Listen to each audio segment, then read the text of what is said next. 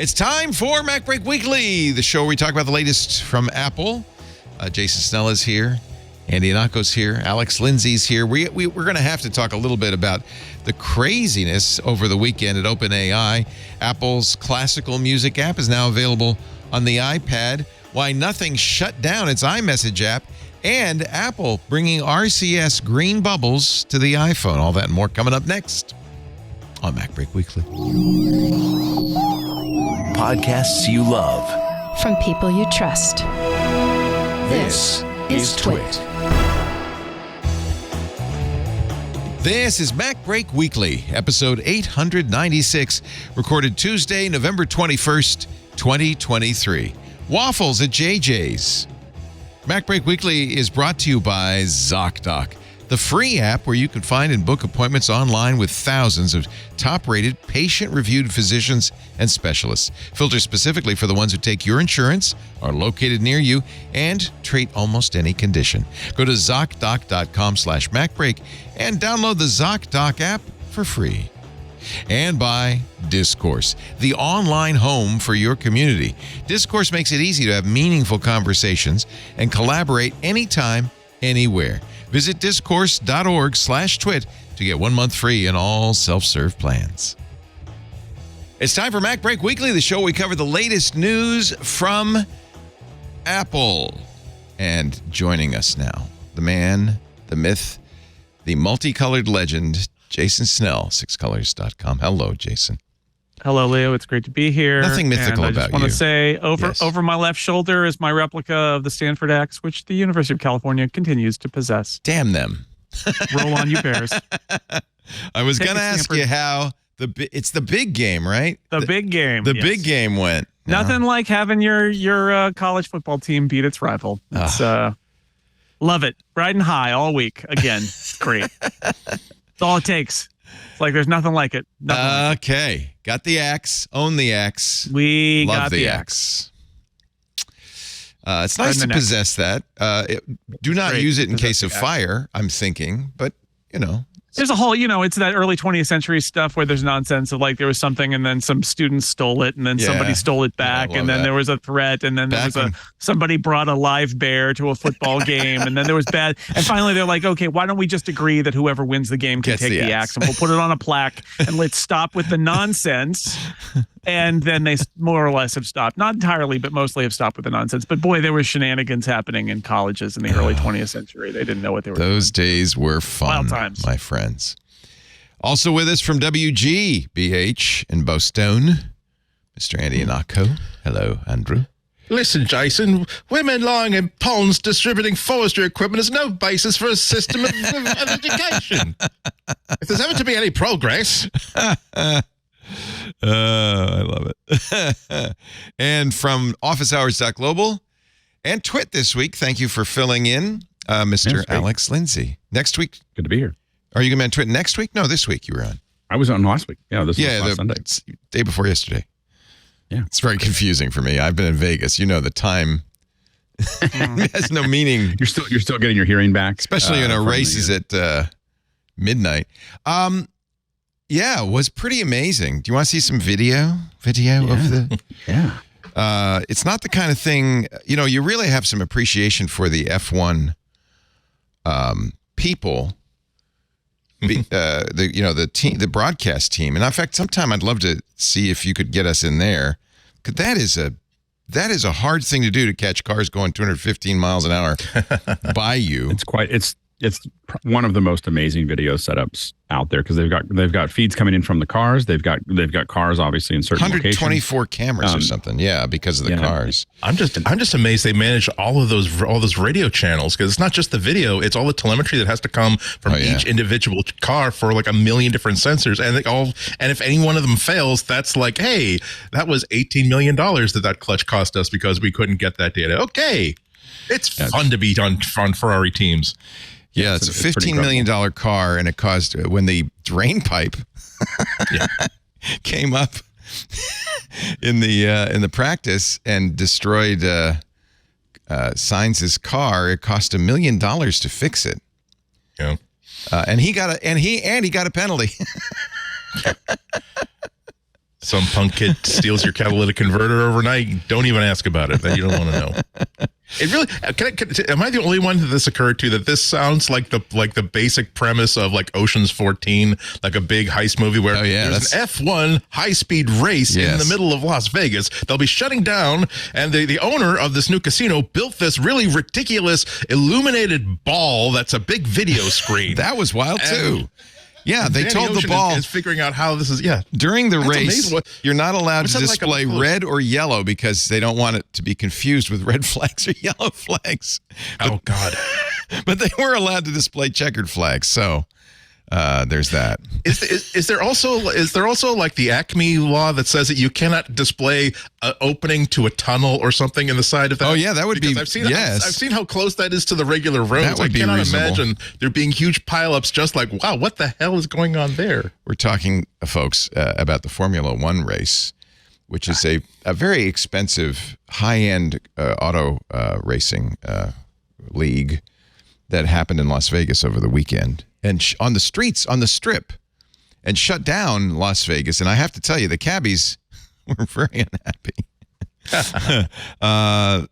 It was just a mess. I'll show you. The problem with going to an F1 race, and I kind of knew this, is the cars are going very fast. We had seats on the strip. By the way, the strip looks horrible. Look at these fences and everything. I mean, just they had to hide people's sight line. They had to, really block off stuff. Let me show you what it looks like when you're on the strip.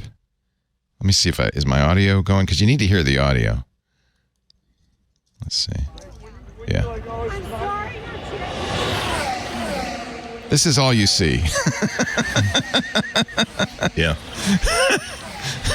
But isn't it like when you use that app and you figure out when the ISS is going overhead and you're like, that was 1 second, but I cannot believe any physical object can go that fast. It is the first time one went by, I was like, I mean, your heart is in your mouth. Yeah. It is. The TV fools you because you're following it from a distance, and it doesn't look like they're going that fast. They're going really fast. So fast. Yeah. So fast. And the cars are really, you're not hearing what it sounds like.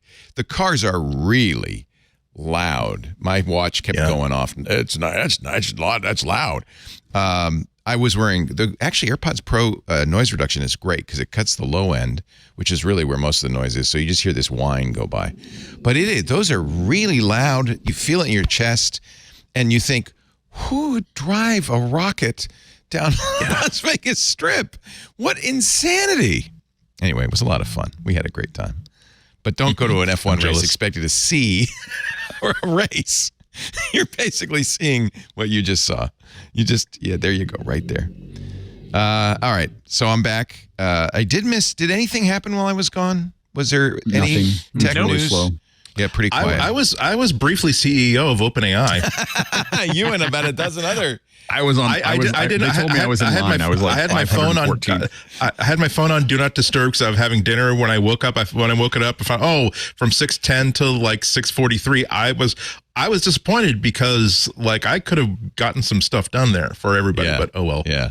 It was a large deluxe pizza from next door, and I was looking forward to it for a few weeks. I'm sorry, everybody. So the OpenAI drama, which was kind of unexpected, shall we say? Surreal. I mean, here's Sam Altman, the founder and CEO, on stage 2 weeks ago on Developer Days announcing price cuts and amazing stuff, and I've been playing with it, and it's like, wow.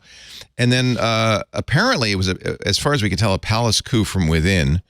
The chief scientist, Ilya Sutskever, who was one of the founding fathers of AI, along with Jeff Hinton, pointed out, I guess, to the board. It's the problem with OpenAI is it had a very bizarre organization. It was originally intended to be it is a nonprofit, 501c3 nonprofit, and the intent was when Elon Musk founded it with Sam Altman and a few others, and so Skever, was we don't want big tech, Google, Apple, Amazon, Microsoft, to own AI because it's too dangerous for a company to own it. It's too powerful. So we're going to start a nonprofit and we're gonna do the research in the nonprofit with the best people we can get, and then and we will keep it from the big tech companies. A few years later, they started to move in a weird direction. They actually created a for-profit arm for good reason. It's very, very expensive, it turns out, to create AI, especially the training of the models. Elon at that point said, this is not what I signed up for. I wanted this to be open. And in fact, when they released ChatGPT 3.5, it wasn't open. They had hidden how the model was generated. And so the board, which was there from the beginning to preserve nonprofit status, apparently acted with the under the instruction of Ilya Sutskever, who was also on the board, to oust Sam Altman and the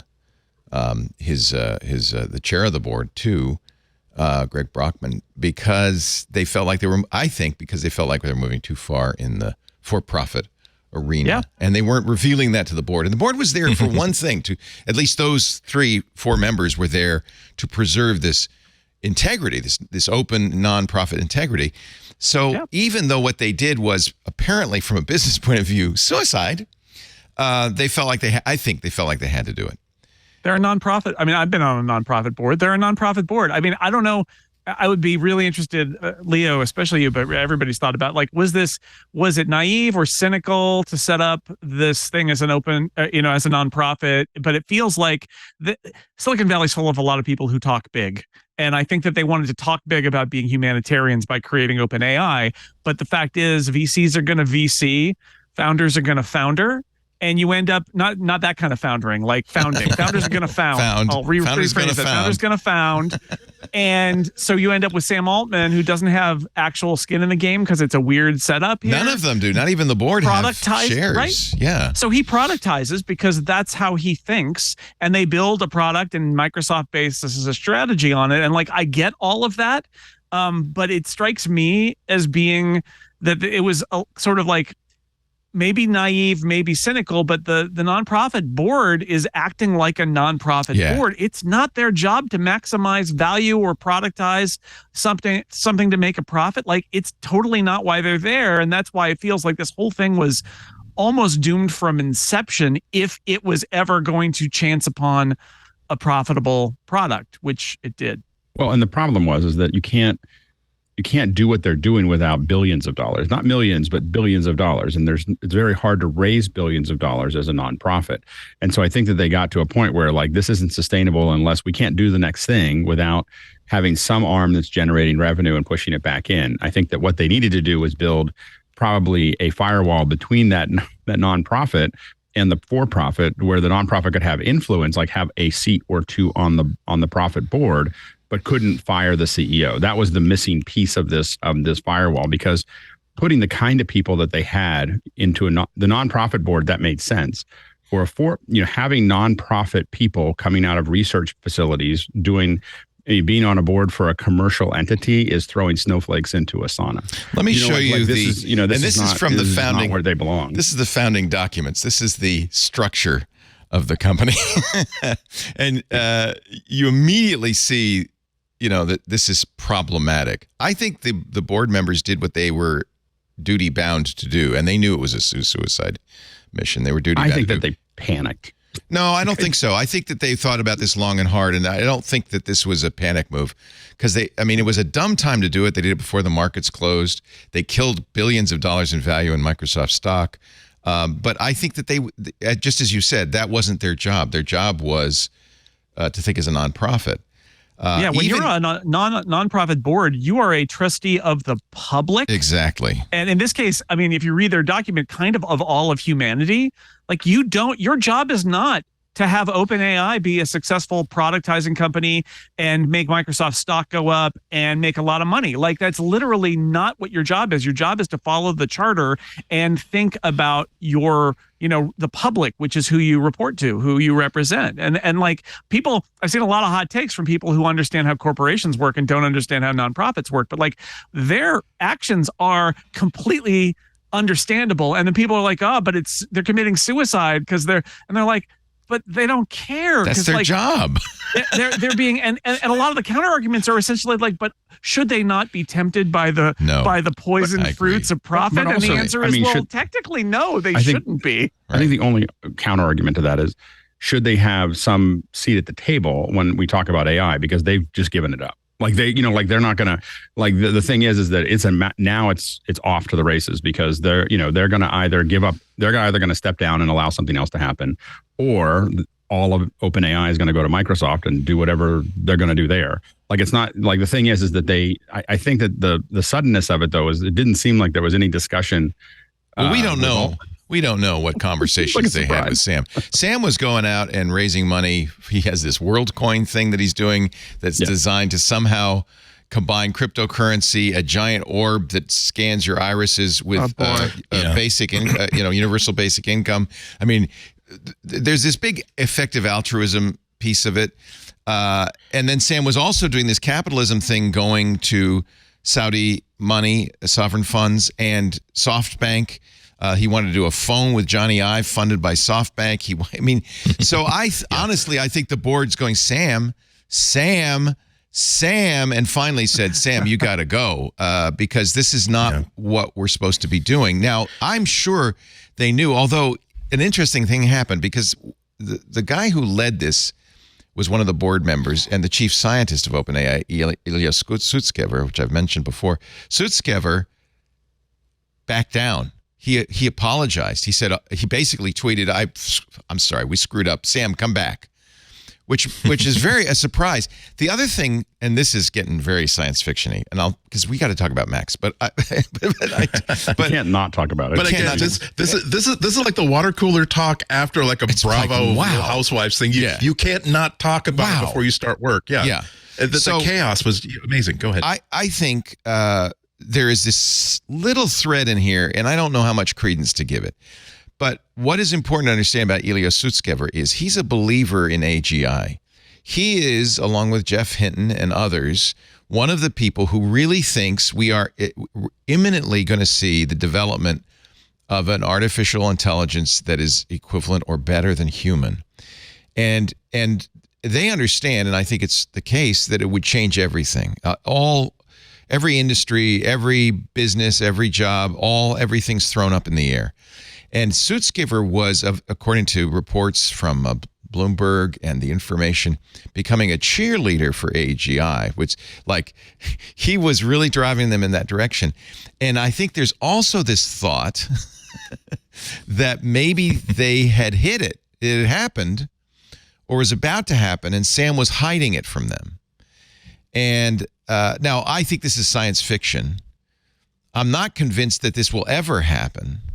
And I don't think Sam knew it and was happening and was hiding it. But it's an interesting idea. Well, and one of the comments that came up that people are tying to this theory, or some theory like it, was that Sam said in the conference last week that he said, you only get to see something really happen in this field. We've only seen it 4 times, and one of them was a couple weeks ago. And a lot of people think that Ilya came back and said, see, he's not telling you what that is. Like, that was a big moment, and he didn't bring it up and tell you what it was. And so that the fact that he brought it up in that conference and just kind of threw it out there kind of casually might have panicked them. But again, I think that I don't think anybody on that board had a concept of what was going to happen next. Like when they pulled that pin, I think that they thought that it would be like a little hiccup, and then they just keep moving forward, and they will have exerted their control, and they didn't realize that they just opened up this massive box of energy, and we'll never know. A lot of it, we'll never know. I mean, they may have known and said, we still have to do it. Had I been on that board in that role, I might have done that. I might have, remember, not all of us are capitalists. By the way, David Sachs and Jason Calacanis' take on this was, you can't trust a nonprofit. You can always trust a capitalistic enterprise. Oh, yeah. Because you know what their motivation is to make money. That's what Adam Smith said, there's truth in that, too. right? You trust them rather than trust, to be predictable and do exactly what their motivation is going to do. Yeah. I mean, and some people some members are saying this in the Discord, and I think it's true. Like, it is, I think the fatal flaw here is that the structure was so broken, and that what you really want as a nonprofit is to, if you're going to if you do stumble into something and you need to either make a for-profit entity or you need to partner with somebody, you need to structure it in such a way that it benefits your mission, but is held at arm's length. And it seems like here, again, maybe this was structured this way. It strikes me as being maybe not quite so much that, but even then, you can't have an instance where you look at the for-profit entity and say this is too much. But maybe the problem is that they made this decision. Now it looks like basically the whole thing, if Sam Altman goes and all of his people go, there's like nothing left. And ideally you should be able to hold them at arm's length and say, look, they're going to do their capitalism thing, and we're going to get money that we're going to put toward altruistic goals, and that's how we're structured, and that's not how OpenAI. Let me read from Charlie Wartzel and Karen House. Really, I think incisive piece in The Atlantic about all this, because I think they actually got down to the nub of it. In 2019, OpenAI launched a subsidiary with a, quote, capped profit model that could raise money. They had to. It was expensive. Attract top talent. They had to. And inevitably build commercial products. But the nonprofit board maintained total control.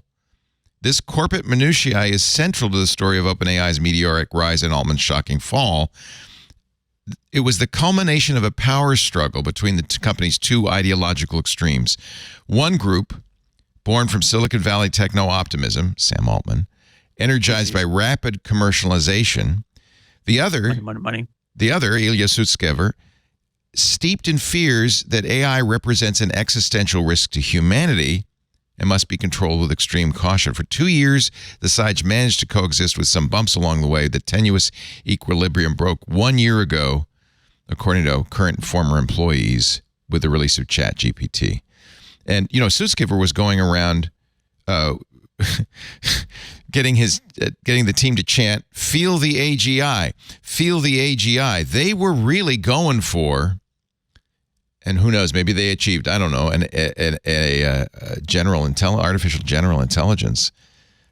We haven't seen any of that. I mean, ChatGPT is the same dope it ever was. But anticipating the arrival of this all-powerful technology, Wartzel and Howe write, Sutskever began to behave like a spiritual leader. 3 employees who worked with him told us. His constant enthusiastic refrain was, "Feel the AGI," a reference to the idea the company was on the cusp of its ultimate goal. 1 year ago at their holiday party, Sutskever led employees in a chant, "Feel the AGI." The phrase itself was popular enough that OpenAI employees created a special "Feel the AGI" reaction emoji in Slack. So, this was, I think you're right. I think there was a corporate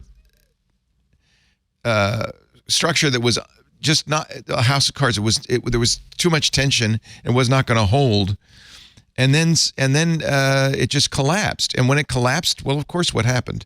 All of the value flowed under the door and over to Microsoft. Now, we don't know what the final result is. Microsoft, Satya Nadella was on a very interesting media campaign yesterday, talking to CNBC and Bloomberg and Kara Swisher, trying to, I don't know what he was trying to do, trying to show, first of all, trying to get the stock back, which it did, by the way, it came back.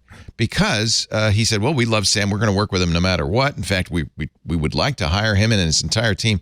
Of the 770 employees, 750 signed a letter saying, yeah, if Sam's not back, we're gone. And Microsoft said, well, good, we'll hire you all. That's not going to work out, by the way, because those people are there. Let's not forget this. Many of the scientists are there because they believe in this altruistic or perhaps science fiction vision of an AGI, and they want to create they're not interested in creating better Excel spreadsheets with AI.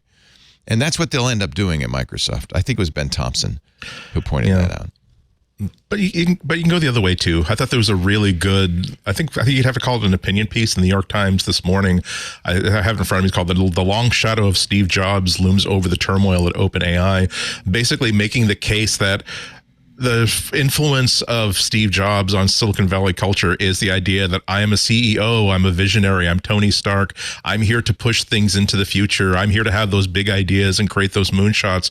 When you don't have the chops, you don't understand exactly what Steve Jobs was 100% about, that there was that part of his personality, but there was also that part of his personality that said, okay, we are slashing everything but these 4 product lines because that's what we have to do right now. And it's more of an opinion piece than reportage, but it really does make the case that boards are getting very tired of people who make a lot of these grandstanding pronunciations without keeping at least one foot on the floor. And again, there's a lot of ways to pull that back other than firing the person that's kind of the central piece of the thing. And it will say, this is one of the things that a lot of CEOs have started to take on, which I think Sam Altman did really well, is by being a public figure, by doing lots of all hands, by doing those things and building a connection that your employees are looking up to. Some CEOs aren't like that. They're more mechanical. And and that creates a separation between the CEO and the employees. And what you can see here is there wasn't a ton of separation between the CEO and the employee. And that's how, because one of the CEO's primary jobs is to get people going, to be the cheerleader and sometimes the bully to move things forward, as opposed to just being a CEO, just managing the process. It's more of a leader than a management position. And I think he proved that he did that fairly effectively. I do think that, again, I think that's a board that wasn't equipped to do that. They don't come from the experience that it would be required to do this in a more nuanced way. So I think that's going to be that was the challenge. And really, I guess I do agree that it could be well within the realm of the duties of a nonprofit to stop something. But I think that they also had to think about the fact that stopping it could destroy it. It means they have no impact. Like OpenAI is on the verge of having, being a footnote. And I think Ilya also realized that he may be a footnote. Yeah. I think the reason he's an academic, he's trying to, he may not have managed this very well, right? No, he doesn't. Academic. Probably not. Yeah. Academics are not known for EQ. I mean, a lot of times. And so the very high IQ sometimes has an inverse relationship to the EQ, because you have a hard time understanding why all these people think the way they do. And so I think that the problem he has, I think he realized as this started to unwrap that he may end up as a side note of just someone working somewhere else. And I would say that, and never being part of whatever happens next. And I will say that, I have a lot of complaints about Microsoft, but I will say that when they tell you're going to have a research area, they have huge swaths. This is the kind of a thing that kind of amazes me about Microsoft. They can hire a lot of people and then just let them think and play. And Microsoft tries to figure out what to productize, but sometimes it never turns into a product. And that team just keeps going. Like the photosynth team, was an incredible team 20 years ago or whatever that was building this stuff out. And I was like, when are you going to turn this into a product? And they were like, never. Like they were flat out like, we're not interested in it. Yeah, but I got to tell you, the people who joined OpenAI, these researchers, but we're not interested in creating a big tech win or doing research for a big tech company. I really think that was part of the problem, was that Microsoft's getting more and more involved in this. I don't think that the best people are going to end up at Microsoft. Maybe, but I think that's part of the problem. Is the reason people were at OpenAI was because, listen to the mission as submitted to the federal government. In their 501c3 application. The company exists to advance OpenAI's mission of ensuring that safe artificial general intelligence is developed and benefits all of humanity. The company's duty to this mission and the principles advanced in the OpenAI charter take precedence over any obligation to generate a profit. The company may never make a profit, and the company is under no obligation to do so. The company is free to reinvest all or any of the company's cash flow into research and development and are related expenses without any obligation to members. There's a reason that language is there, because that's what these scientists who are joining. Remember this, it takes some real skill to develop these AIs, and it's the same thing that happened at Google with a revolt against doing work for the government. Yeah. I think they're very these people are going to be very nervous and very hard to maintain, and I think that's why they created that. strange. Can I also say that this also underscores the importance of labor and the importance of organized labor, whether it's organized under a union or just simply organized by unity of spirit. Google had to shut down immensely lucrative military contracts because their labor said, we're not doing this. We don't want anything to do with this. OpenAI has, I'm sure that everybody involved in that original decision thought, you know what, it's going to be turbulent, but you know what, we're the board. We're the people who run this company, not anybody else. This will weather the storm. And when everybody says, guess what, we're all leaving. Are you going to go to Craigslist to hire more AI researchers? I don't think so. And these are the ways that people influence change. So it's not like I'm raising the red banner of revolution here, but it's a reminder that the only thing that oftentimes keeps this kind of unchecked capitalism in place is when labor, who is often the first part of the balance sheet to get into the neck once they're trying to eke out profits, are the ones who say your company doesn't work unless we do the work for you. So you're going to have to keep us happy some way. Well, but I think that the challenge now is that what was a nonprofit that was supposed to have some checks and balances is going to be gone, and there's not going to be another nonprofit that does this. This is over. It's because the problem is that no one is going to touch a nonprofit with some kind of weird business model again, not with real money. And so the thing is that they've kind of, as someone who likes to, I'm a big fan of nonprofits and love the idea of nonprofits doing business underneath where the money goes into something that is a greater good rather than investors' pockets. I love that model. It's going to be very hard to do that model in the future because of, and find investors. And so anybody who thought that they're going to get to work on this in a non-profitable way is probably, there won't be enough of them to reach critical mass, because the problem is that the AI is so expensive to execute. It is so expensive. They're talking about they're losing money on every subscriber, of ChatGPT, and so it's an incredibly expensive thing to do. And so if you don't have revenue coming in, it's just not sustainable. That's the trick. That's the difficult thing, right? You've got these kind of conflicting needs. One is you've got to raise a lot of money, but two is you've got to keep these scientists happy about the work that they're doing. And there is absolutely a cultish belief that we are creating a next generation intelligence. Which I don't believe. Yeah, I don't know if I believe that either. I don't think there's any basis in reality. I think there's this vein in Silicon Valley of people who have read too much sci-fi. It's the torment nexus thing, right? They've read way too much sci-fi and they don't understand it.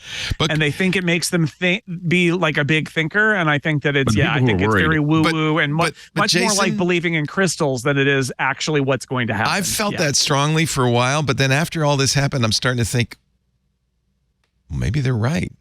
I think people who think that it's possible are more worried about it. The people who don't think it's possible are less worried about let's figure out how to use this new tool. Yeah. I just don't. They're happy to make pivot tables in Excel.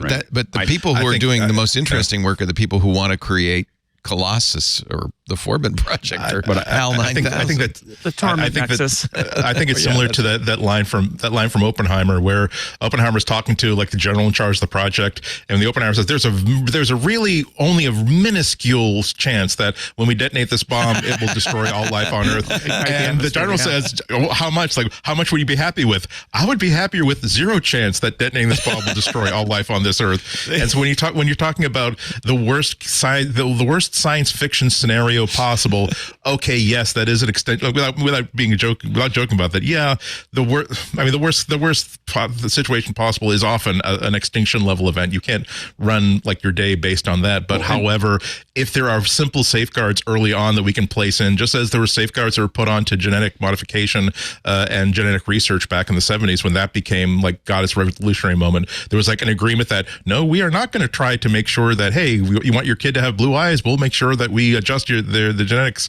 inside the egg and the sperm to make sure that they're basically discussions saying that if you do this, you are scum. If you don't want to be scum and be considered to be scum and unhireable and untenurable, don't get involved in this kind of research. I guess I'm a little fatalistic about it too. That the idea is that if everybody's okay, guys, we're not going to do it.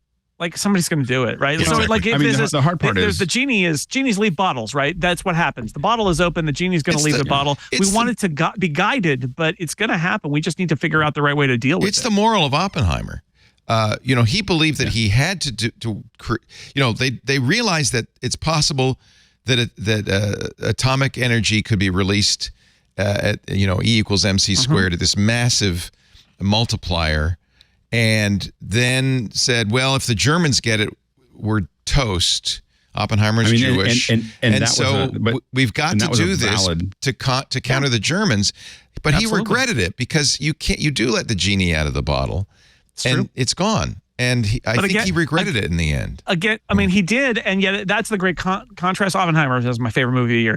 One of the great contrasts there, the challenge, the complexity of it is they did absolutely need to, because what if the Nazis get it first? And then later it was, what if the Soviets have it, which they did, obviously, because it was going to come out of the bottle. And the thought was, well, we are creating a horrible thing, but it's inevitable that somebody will, and I'd rather it be us. And it is. I mean, he's haunted. That's the movie shows it with those noises. That's the rationale. Of it. Then it's deployed against civilians in Japan, and it's terrible. But there is the thought process, which is, well, it's going to happen, and if it's going to happen, it should let it be us.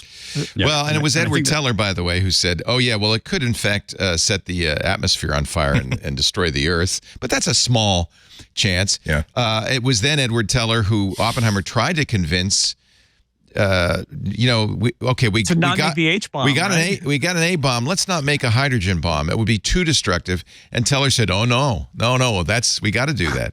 And I think that's really when Oppenheimer realized, crap. I mean, he realized it the minute he saw it go off at Trinity. But I think he realized you can't control. And that is an important lesson for today. Is that once you invent it, it's done. And you can't control how it will be used. And if you invent an AGI, there will be people who will use it in a bad way. Yes, 100%. Think of every security flaw in every computer system in the world, and the idea that you have intelligent agents who are entirely devoted to seeking out those security flaws. You can very rapidly get to a point where every vulnerable system, which is technically every system, can be broken by that. That would be real bad, right? Like that would be real bad. But it's going to happen unless we harden our defenses. That's just, you got to be just kind of like accept it and say, how do we deal with the inevitable here? Yeah, even simpler than that, the easiest way to raise funding for any pie-in-the-sky project is to come up with a business case that says that this will allow a big corporation to fire a lot of people. This is why self-driving cars got so much investment, because, hey, you mean that we can actually fire all of the truckers? We can fire everybody who operates all of these fleet vehicles, all of them replaced by robots? Awesome. And 10 years later, we still don't have anything that really works the way that the halfway that it actually should. But AI, I'm not so much afraid of these world-ending events so much as the idea of organizations that already have an immense amount of power, who are the only organizations that can even come up with the energy resources, let alone the technological resources to build a powerful AI, are the ones that are going to say, hey, let's come up with a list of every employee category we have. I bet we can get rid of 40% of them with AI. And that is the sort of catastrophic, without in any country that does not have an absolutely Defense Department scale secure safety net, social safety net for people, that is a catastrophic bomb on society, I think. Well, we'll find out, won't we? Yeah, Good exactly. news. Maybe I won't, but you guys will. The good news is that's okay. I'm a creator. My job is safe and secure. AI will never replace me. Yeah, never. Oh, God, I just can't wait until, and I think it's just a few years off, I can sit back and let the AI do the show. Speaking of which, we need to take a break and actually talk about Apple, okay? But, we had to talk about this. It's a fascinating story. Too much fun. There will be an increase, a more detailed conversation next on Twig tomorrow on This Week in Google, which, by the way, we need to rename because it is not about Google anymore. Google's just a small fraction. If anybody can come up with a good name for This Week in Google, it's not This Week in AI. Maybe This Week in... Yeah. In what? Was it Twee? I am so glad we decided to name our podcast Material because it's you were about smart. Google, which means it's could going be to be anything. about every good and bad thing that Google or any Google related thing ever does. Yeah. Good heavens. All right, let's take a little break. Apple will be on the menu soon, any day now. But first, a word from our sponsor, Wix. Web agencies, you're going to like this one. Let me tell you about Wix Studio, the platform that gives agencies total creative freedom to deliver complex client sites while still smashing deadlines. How? Well, first, let's talk about the advanced design capabilities. With Wix Studio, you can build unique layouts with a revolutionary grid experience and watch as elements scale proportionally by default. No code animation adds sparks of delight, while custom CSS gives total design control. But it doesn't stop there. You can bring ambitious client projects to life in any industry with a fully integrated suite of business solutions, from e-com to events, bookings, and more. And extend the capabilities even further with hundreds of APIs and integrations. That's real power. You know what else? The workflows just make sense. There's the built-in AI tools, the centralized workspace, the on-canvas collaboration, the reuse of assets across sites, the seamless client handover. That's not all. Find out more at wix.com/studio. We thank them so much for supporting MacBreak Weekly. Yeah, I mean, it's I'm on vacation. I'm in Las Vegas, supposedly watching a race, and I'm watching the news develop, and it's like, basically, unfortunately, Lisa had to sit there while I did an entire This Week in Tech in front of her. Oh yeah, it's like, let me explain what's going on. I did a talk with Washington Apple Pie user group like early Saturday morning, or at least early for me. And so I was asked a question about the OpenAI, what's going on in OpenAI. I gave them an answer based on what I knew as of like 10 p.m. on Friday, thinking that how much could this possibly have changed? Oh my God. Like an hour, and then when I finally like ended the call and like made myself lunch, look at the news, say, wow. Okay. Can we start the meeting again so I sound at least less completely out of touch? One thing happened is I'm getting on the plane Friday. Apple updated Apple Music Classical for the iPad. It made me so happy. I'm sure the same for you, Andy. It is now using that space instead of being an iPhone app on the iPad. Does it mean, can't they Catalyst to move it over to the Mac? Or have you tried it? Has anybody tried? I wonder. Because I haven't. Yeah. No. It seems like that would be the next thing easily. Right. I'm actually, as we're looking that up, I'm disappointed because the Android app for Apple Classical does not support Chromecast. So I can't like listen to it. I can't listen to this music that's seamlessly and high definition to like Chromecast speakers. And it's doubly galling because the main Apple Music app, which does support Chromecast, does that really annoying thing that a lot of apps do where you say, hey, why aren't you using the Apple Classical Music app? We're going to recommend you use the Apple Music Classical app because it's great.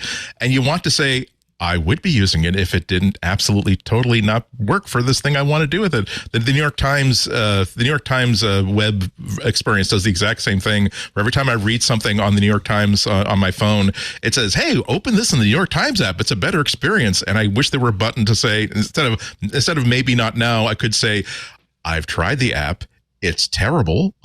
If I wanted to use it, I would be using it. Stop bothering me every time I open the app. So please upgrade Apple Classical Music on the Android app so that I can actually use my Chromecast. Otherwise, it's a wonderful app. I hope it doesn't appear that Apple has opted it in for Mac users on Apple Silicon to just run the iPad app. I hope that means that they're going to do a proper Catalyst version specifically for the Mac because that would be even better. Yeah. Thanks for trying anyway. Appreciate it. It's not there. Andy, you will be happy, though, I think, to hear that Apple is bringing RCS messaging to the iPhone next year. The green bubble. I don't know what color the bubble. Did we do it? Still, did we do it? We talked about it last week. Mission accomplished. Did we do it? Yeah. I really have no idea like what it's not as though like they didn't have like lots and lots of different opportunities over the past year to at least say we're looking into RCS. We think it's an interesting way to improve the iPhone experience, the messaging experience for iPhone users, and therefore, of course, we're going to be interested in it. The fact that they were like we talked about so much last week and previously that they were like, no, buy your grandmother's on welfare, should buy an iPhone instead. What do you think we are? But yeah, it's weird. Would you, Andy, explain before we go too much down this road what RCS is and why this is significant? RCS is really different from iMessage. It's not as good as iMessage at a lot of things, particularly it stands for Rich Communications System. Right. So basically, just to get a little history, there was SMS, which was a weird technology of messaging that wasn't based on data. It was actually going over the voice channels. Right. That's why it was so limited. Created during the George Bush senior administration. Yes, exactly. And the fatal error that the phone companies in the United States did is they charged a lot for SMS capability. They did the same thing in Europe. They charged even more. And so as a result, data-based messaging platforms like WhatsApp emerged and became dominant.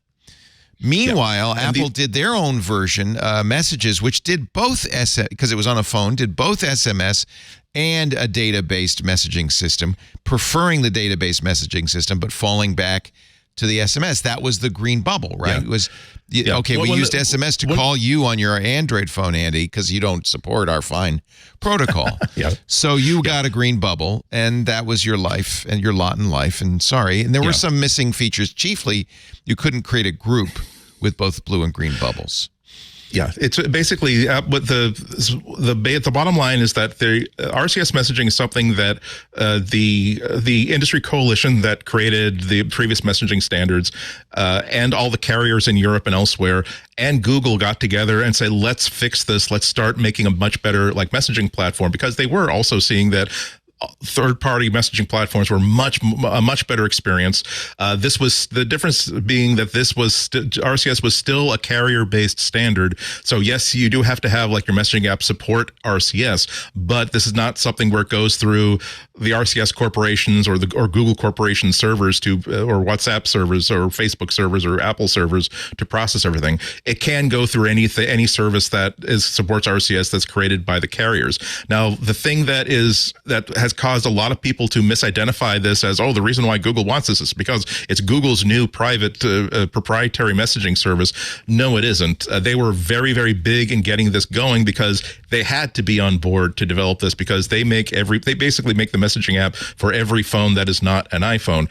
The twist that bears mentioning, however, is that although every individual carrier across the planet can create their own RCS messaging system, because again, it's a carrier-based service, it's more likely that they're going to basically put that contract in Google's hands, because Google bought a company that does RCS services. So it's most likely going to be trafficked by Google to begin with. However, I don't think that really counts as much as Is that true, RCS. Andy? I thought that the carriers were going to do the RCS. They can. They absolutely can. They're free to do so. But in 2016 was the big pivoting point for RCS, where they decided, look, if we're going to make a go of this, if we're going to make this an adopted standard, if we have any chance of keeping like carrier-based services relevant, we're going to have to make our service that's going to be compatible, that's going to be competitive with these other things. And so, for instance, AT&T calls it advanced messaging. But they do support it, right? So, but you're saying that in most cases, Android phones will use Google's RCS server, not the carrier's RCS server. It's still RCS. It's still plain RCS. However, Google owns the company that handles a lot of this traffic, because again, all I have to do is write a check. So even if AT&T's doing it, it's going through a Google server. So long, or I don't know specifically about AT&T. So long as it's RCS, it'll be intercompatible. That is the big of all the positives and minuses. And there's been a lot of discussions about the difference between something like WhatsApp and iMessage, which is true end-to-end encryption, bulletproof, real stuff. This is weaker encryption. There are people in the middle, for instance, but it's still better encryption. Also, feature-wise, it's more like WhatsApp or Apple Messages. Yeah, you get. Oh, let's go through the list. You get like your photos will not be downgraded when you send it to somebody who's using Android. Next year when RCS is supported in the iPhone, you can send videos, you can send files, you can do voice chats through the messaging app that will, and all the media traffic, all the messaging traffic can go through Wi-Fi instead of the phone network if that's better for you. Things like groups of 100, read receipts, the ability to see when people are typing, a lot of the basic stuff that people expect when they see these basic services. And then the big selling point, I think, about all of this is that all you need to know is the phone number of the person you want to send this message to. That there's it's always part of the discussion that, WhatsApp is, no one uses like carrier messaging anyway, so it's irrelevant. Yeah, but how do you, a person who walks out of a store with a phone, do they know what WhatsApp is? Do they know where to find it? Do they know how to install it? Do they know how to use it? Do they have everybody in their contact database who uses WhatsApp? Do they know how to inform them that, hey, you need to download WhatsApp? Whereas, though, again, in many ways, particularly security-wise, RCS is not as good as iMessage. The selling point is that all I need to know is I just need to know Alex's phone number. If after a long love affair over basic SMS or RCS messaging, we want to upgrade our relationship to iMessage or WhatsApp, we can do that. But I know that I can send Alex a text message, and through one of these services, particularly RCS, they will definitely get it. And when I take a full 12 megapixel photo that I'm very, very happy with, he will get it in the full 12 megapixels. So this is why I've always said that I don't know why Apple is adamant about doing absolutely nothing, because SMS is almost literally nothing. There is no security. It is easy to snoop for. All the pictures are going to be immensely downgraded. The green bubble effect of social stigma among social groups where, there's a green bubble inside the chat, that's a real thing, because kids are mean and horrible, but also because it degrades an all iMessage chat group suddenly has to dumb down to the standards of SMS, which costs everybody a lot of big stuff. Apple hasn't said very much. I don't think there's even an official announcement so much as they've confirmed to 9 to 5 Mac and other outlets what they're doing. But they by the way said it will be green bubbles. It will be green bubbles. I think that's okay. I would have, because I think it's important to say, hey, by the way, you were using a less secure transport to than make it iMessage. distinct from iMessage's platform. Yeah. So they've already said that, hey, we're going to be working with the GSMR committee to do things like increase the security level that's possible through RCS, which is, again, something I think they could and should have been doing all along. So I'm very glad. I don't know why they decided. Maybe they just looked at every piece of legislation that's coming through the EU, the problems of trying to deal with the Digital Markets Act, and said that it is now more difficult to be petulant than it is to simply comply. And I'm actually optimistic that they're not going to be a very whiny sort of compliance, the bare minimum they can possibly do to basically say that iMessage is interoperable. I think that at this point, all the people inside of Apple who have been fighting to adopt RCS are going to get their way and say, we're not going to do it in a halfway way. We're going to do this the best way it can possibly be implemented, including making RCS better for everybody. Yeah, their statement that they're going to work with the GSMA, I thought, was the point where they're showing we're not going to drag our feet. We're going to do this, and we're going to work with them on it. Although it is funny, after Google has put so much effort into all of this, it did have a feeling like there's some meme out there that covers this. I'm sure is it the boyfriend meme? I'm not sure, but it's the idea of like, hey, Apple's coming over here. They're coming over here. We did it, everybody. We did it. Oh, they're talking to the GSMA. And then there's a Google statement that's sort of like, yay, they're here. We're looking forward to working closely with them. And Apple is not even looking at Google, right? They're just looking at the GSMA. That Google was hoping that they would use the Google Jibe servers and not do an open.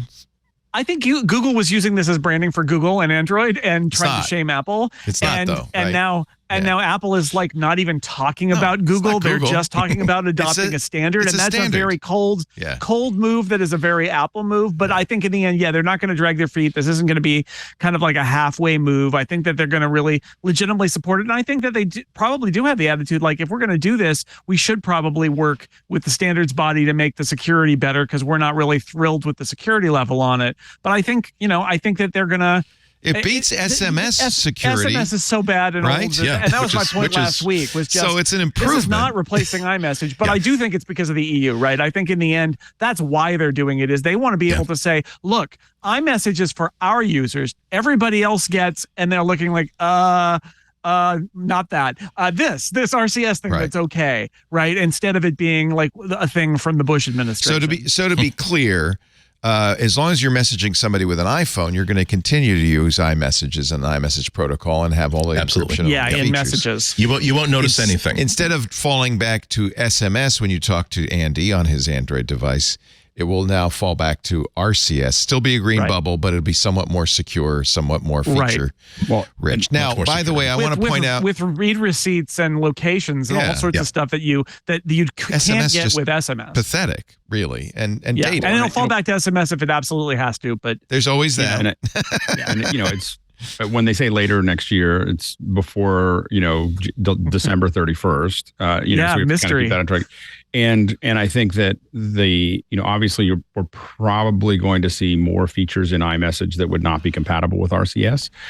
You'll get all the things that RCS has, but I would be surprised if Apple doesn't add a bunch of little tchotchkes that the kids like, because as we've talked about before, the kids are really important. And I'm not clear that, I think that the trajectory, it'll be really interesting to see how the trajectory goes in many parts in Europe and many other places where someone was talking to someone or someone was tweeting me in or X posting or whatever they call it now, from Australia. And they said almost everybody's on Android in Australia, for kids that are in school. So it really depends on the part of the world. But in the U.S., where there is some revenue, we're seeing, we've talked about it before, the stat of 87%. And I know that with my kids, they just look at the blue bubble. Like, I don't think they even know what the feature set is. That means that's the difference between blue and green. They just look at the color, and so the color is a bunch of decisions that they've made about what that color means. And that might take a little longer to get out of. Yeah. We should point out the iPhone is about 50-50 in the U.S. It's just among young people that it's 87%. But that's obviously what everyone's concerned about. You're absolutely right. It's 50-50. Yeah. It's just that when 87% of everyone under 18 is using a one thing, the chances of them getting off that platform becomes less and less as they get older. So Jason, you thought I was kind of hoping that I was kind of hoping that Apple would, like I said, I think that's a good idea to keep it as a green bubble, again, to communicate that iMessage is a much more stronger security than RCS. We just want to let you know that you're not using iMessage on this transport. I think it's important. I wish that there were a parental control setting, however, that if the parent has set up, oh, by the way, this iPhone belongs to someone who's between 12 and 18, you can have a setting that says, oh, by the way, all iMessage bubbles are going to be orange, so that you can basically say, I don't want my kids to know that they're talking to somebody who uses an Android, because I don't want them to either bully people or to be bullied. I don't think that, as long as the parents have access to knowing the nature of the communications, I think there's no problem in getting the kids to say, you know what, we're not going to let you. It's orange. Congratulations, it's your friend Josh. You don't need to care what kind of phone they have, because a lot of it is class shaming. Because look, the poor person who can't afford a phone. Like this is a Pixel 6 Pro with a terabyte of storage. It costs more than your phone, idiot. Yeah, I think that's a really cool idea of just saying parental advice to say, I don't want my kids differentiating between platforms and being bullies. I think that's cool. I think that's a cool idea. And to Alex's point, I was just going to add on, of course, Apple is going to keep adding things to iMessage, because Apple given a choice, is going to build things itself that it thinks are going to be cool and new. And the last thing they're going to do is wait around and propose them to a standards body and tap their feet and wait for a year and then have it be kind of like, that's just not how Apple works. Lightning all over again. Yeah. If they have something cool that they think they want to do, they'll just do it. And then maybe eventually the standard will catch up with them. I think that's just their attitude. I don't really care if the standard happens or not. Like, they'll just be like, this is what you get when you have iMessage. I mean, obviously we talked about this earlier, the difference between a nonprofit and a for-profit. They have a vested interest in making their product cooler than the cross-platform version of it. And they're going to keep on doing that. I mean, and I think if anything, they'll accelerate that effort as opposed to decelerating it. You'll see more features in mostly ones that we probably don't need as an adult, at least, like all the gestures. Mine doesn't do that because I'm not, but that's making everybody crazy. I don't know. Everybody I know is just like, how do I turn, we get this question all the time. Like, how do I turn these things off? Because it's all the fireworks and the balloons and everything else that has not been At least we have a whole hands-on Macintosh and a whole iOS today about how to turn that off. That's because it has not been popular. Feature. Like it is. So let me talk. Because you guys move very quickly and assume a lot of knowledge on behalf of our audience. But just for those who are not up to date on this, you kind of mentioned the Digital Markets Act, Jason Snell. Apple is one of the gatekeeper services. Although there's an argument that Messages is not dominant enough to be a gatekeeper service in the exactly. EU. Yeah. But Microsoft, Apple, Alphabet, Google, Amazon, Meta, all of these are gatekeeper services, which means they are required to be interoperable. It has to be easier for people to move between competing services, requiring them to interoperate their messaging app with rivals. Now, Apple's challenged this, by the way. But I think they also see the writing on the wall. And Apple's never been known for interoperability in its messaging. So this is basically Apple saying, okay, we will support it. We have to. But this is a good way for them to do it, I think. I think they're going to say you shouldn't consider Messages, iMessage this because it's not popular enough. And besides which, it doesn't matter because we are now properly supporting the robustly interoperable. They're fighting it on every for front. everyone. And to say, and I think it's a fair argument to say, look, what we do to build features for our customers is our business, but we are going to now demonstrate that we're not going to create such a fall off, such a cliff that it's just a miserable experience for everybody who is not our customer or has to talk to someone who's not our customer. Honestly, I don't know why. The only reason Apple fought this for so long is because, as we know from emails revealed in the Epic trial, Apple was worried that kids would start using it, that parents would give their kids Android phones. And so the iMessage they'll hear about it on the street if. Yeah, exactly. Yeah, iMessage was a wall, a moat. If you're going to use an Android, we at least want you to use an Android at home where you'll be safe. Yeah, and it still will be to a certain extent. It's the default in the default messaging app, and you have to go get another messaging app. And in the US, that has definitely played out that people want to use the default. But I think it will not solve that. I don't think it will, but I think it will ease the pain, right, of everybody else where you're like the one person in your family who has an Android phone and everybody is mad at you or wants you to switch or leaves you out of the group chat because they have to. Like that pain will be lessened, and I think that's a good thing. Is this a victory for regulation? We have Type-C now on the iPhone. We're going to have RCS on Apple Messages. Both things Apple probably didn't want to do. Is this a victory for the EU's regulation? Absolutely. I think this is why I like it when big tech companies, not just Apple, but everybody, gets sued. This is why I like it when there's a threat of really big, painful legislation. We've already established that you're a communist, Andy. I just want to make sure that everybody understands that, right? So jest nerozumiem Republics.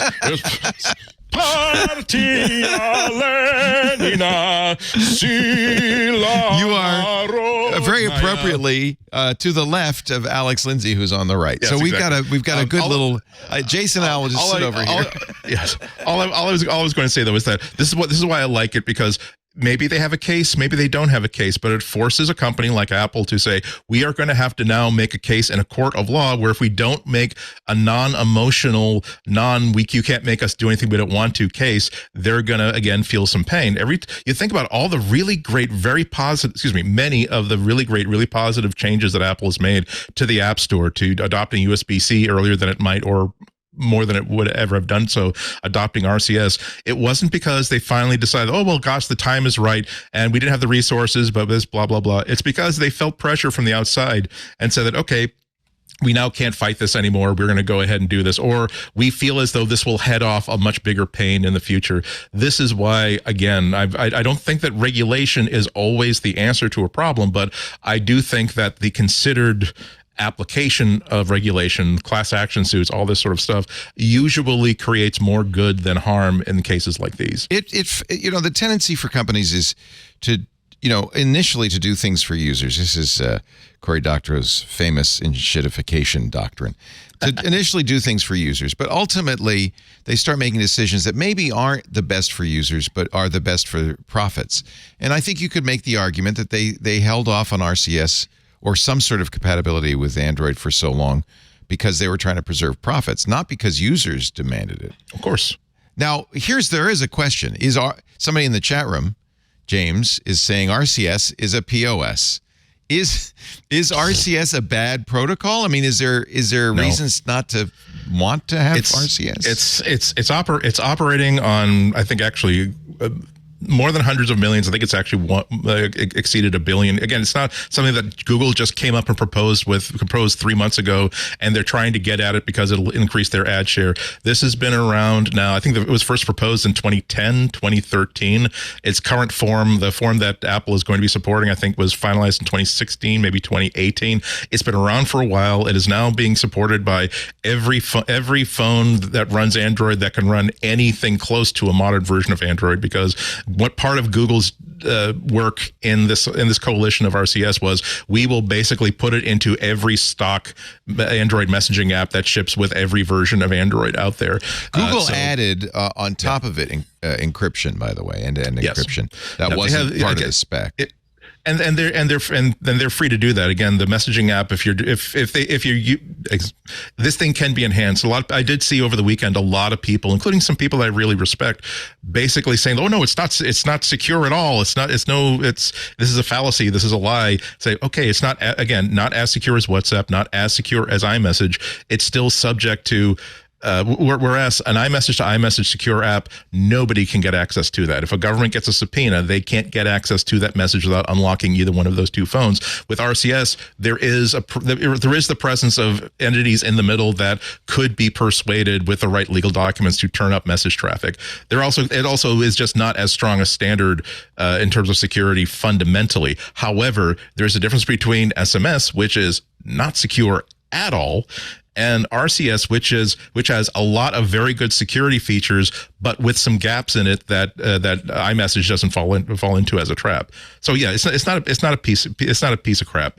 Anybody who's saying that I will engage with you, I'll have a discussion with you, I will try not to make it really obvious that the purpose of my end of the discussion is to try to figure out why you believe something that I personally, having talked to security people and people in the phone community, don't agree with. Is it something that I don't know about? Because if you can convince me, I will learn something I did not know before, and I'm always very, very valuable. I always value that kind of stuff very much. According to Wiki, to break it to you, but it's tribalism is the reason. Yeah. Tribalism, because we have an Apple versus Google thing, and that sound you're going to hear over the next month or two, or maybe even the next year, is going to be all of the swords about RCS placed down because Apple has decided not to fight that battle anymore. Yeah. And we'll all just move on with our lives. But right now, you're seeing some real cognitive dissonance out there from people who have decided, wait, RCS is the devil. What? Apple's going to adopt it? And they have to get their story straight, and they have to get their thoughts in order, and then they'll move on. You mean Apple is choosing to adopt this standard that I think is absolutely terrible and decreases the security and destabilizes the entire platform, as I've been saying on 3 different social media networks for the past 5 years? Crap. So 88, according to Forest Interactive, 88 operators in the world are launching RCS. It's in 59 countries. It may not be called RCS in your neck of the woods. Many services call it Join, Joyn. Some call it SMS Plus. Some call it Advanced Messaging. It is IP-based. The Google edition means it is encrypted, not end-to-end. I think that's where the people are not happy with it. That end-to-end means that even the server can't read it. That is not the case. I mean, one thing that'll be interesting to see is if Apple distinguishes RCS from SMS, because there's still a lot of places where SMS will be there. It may just go, you're not in messages, so I'm just going to give you a green bubble. Right. And then you just won't know. And that will... Yeah, that's unfortunate, actually. I have no idea whether they'll I think it would be better to know if you're on... It would be, the worst SMS. But they may not... Again, this may be Apple going, well, we don't want to be too kind. Well, not only that, but Apple is a very specific case. Like, again, on my Android phone, if it's RCS and not SMS, there's a little subscript that says RCS, so that you know underneath each bubble that, by the way, that would be valuable. Yeah, and that would be valuable. But Apple, I think, without them being jerks about it, might just mock that up and say, "But that looks so ugly. Wow. That's so much." And clutter. We don't want to do purple bubbles. What if we just let people long press on the bubble to get more information about it, such as here's the time it was posted, here's when it was read, and by the way, here was the carrier that was used. You can already do that, right? We didn't get the time, so it's nice to be able to get more. By the way, it is unclear what carriers are going to do, whether they're going to use Google's Jibe server. It looks like AT&T. I'm looking at the AT&T RCS FAQ. If you downloaded messages by Google from Google Play Store on your previous smartphone, you may need to first deregister from Google RCS to accelerate setup with AT&T RCS on your new smartphone. I don't know if that means that they're using their own RCS server, but it kind of implies that. So ultimately, the carriers really did not want to do RCS. They dragged their feet. That's why Google bought Jive and made the server available on Android phones. Google had to get involved to make it worth their while. Yeah, because like you said early on, messaging was actually a profitable add-on service. Yeah, that's the problem, right? until all these other apps made that totally irrelevant. Right. So that made them more malleable. And also, when Google said we will instantly make this the default, we will instantly put this on every single default messaging app on every Android phone, and also we will through the kindness of our heart and our checkbook buy a company that will handle all the stuff for you. If you, we will buy Jive, we will run Jive as a division of Google, so that if you want to do this, the fact that it makes us profits and gives us opportunities. No, nothing could be. That was nothing farther from our thoughts. We just wanted to promote RCS as a better standard. So, and remember, Google had this, get the message ad campaign. In which they complained, for instance, they compared the iPhone to a pager, and they complained that the messages would be blurry, and you'd have to see green text on a bright white background, and Apple should. It really is in the United States, this is an existential threat for Google. Like, this is why they're spending so much energy on it right now. Yeah. Is because 87% that is the future of everyone using their phones. While it may be a small percentage now, 87% of kids using the same thing, not that many are going to peel away, and I think that they have to look at that as, getting this to work is a huge victory for Google. So you think this is Google got what it wanted? I would call it an existential threat.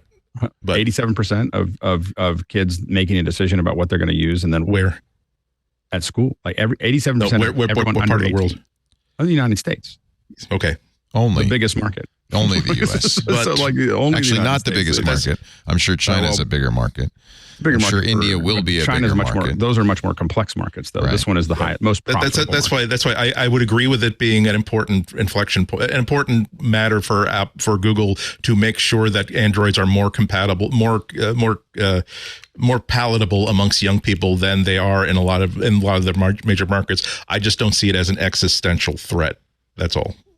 We partially agree. So Google, by the way, says RCS is now fully end-to-end encrypted. So that was as of August of this year. So maybe they fixed that part as well. That means the server cannot. RCS fully encrypts it, like Signal, like App. I don't know if Apple's messages is fully end-to-end encrypted, actually. Yeah, it is. Yeah, it is. I would need to learn more before I would agree that RCS is as secure as iMessage. iMessage and Signal are like the gold standard. Signal's the gold standard. I'm sorry, Signal's the gold standard. iMessage would be a bit under that, but now we're talking about are you worried that a nation state is going to want to get access to your text messages?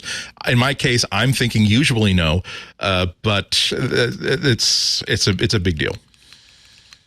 All right. There are differences, and they should be acknowledged. Anybody who's saying that RCS is absolutely the equal of iMessage is absolutely wrong. But the people who are saying that RCS is so bad that that's the reason why Apple wasn't doing it, also equally wrong.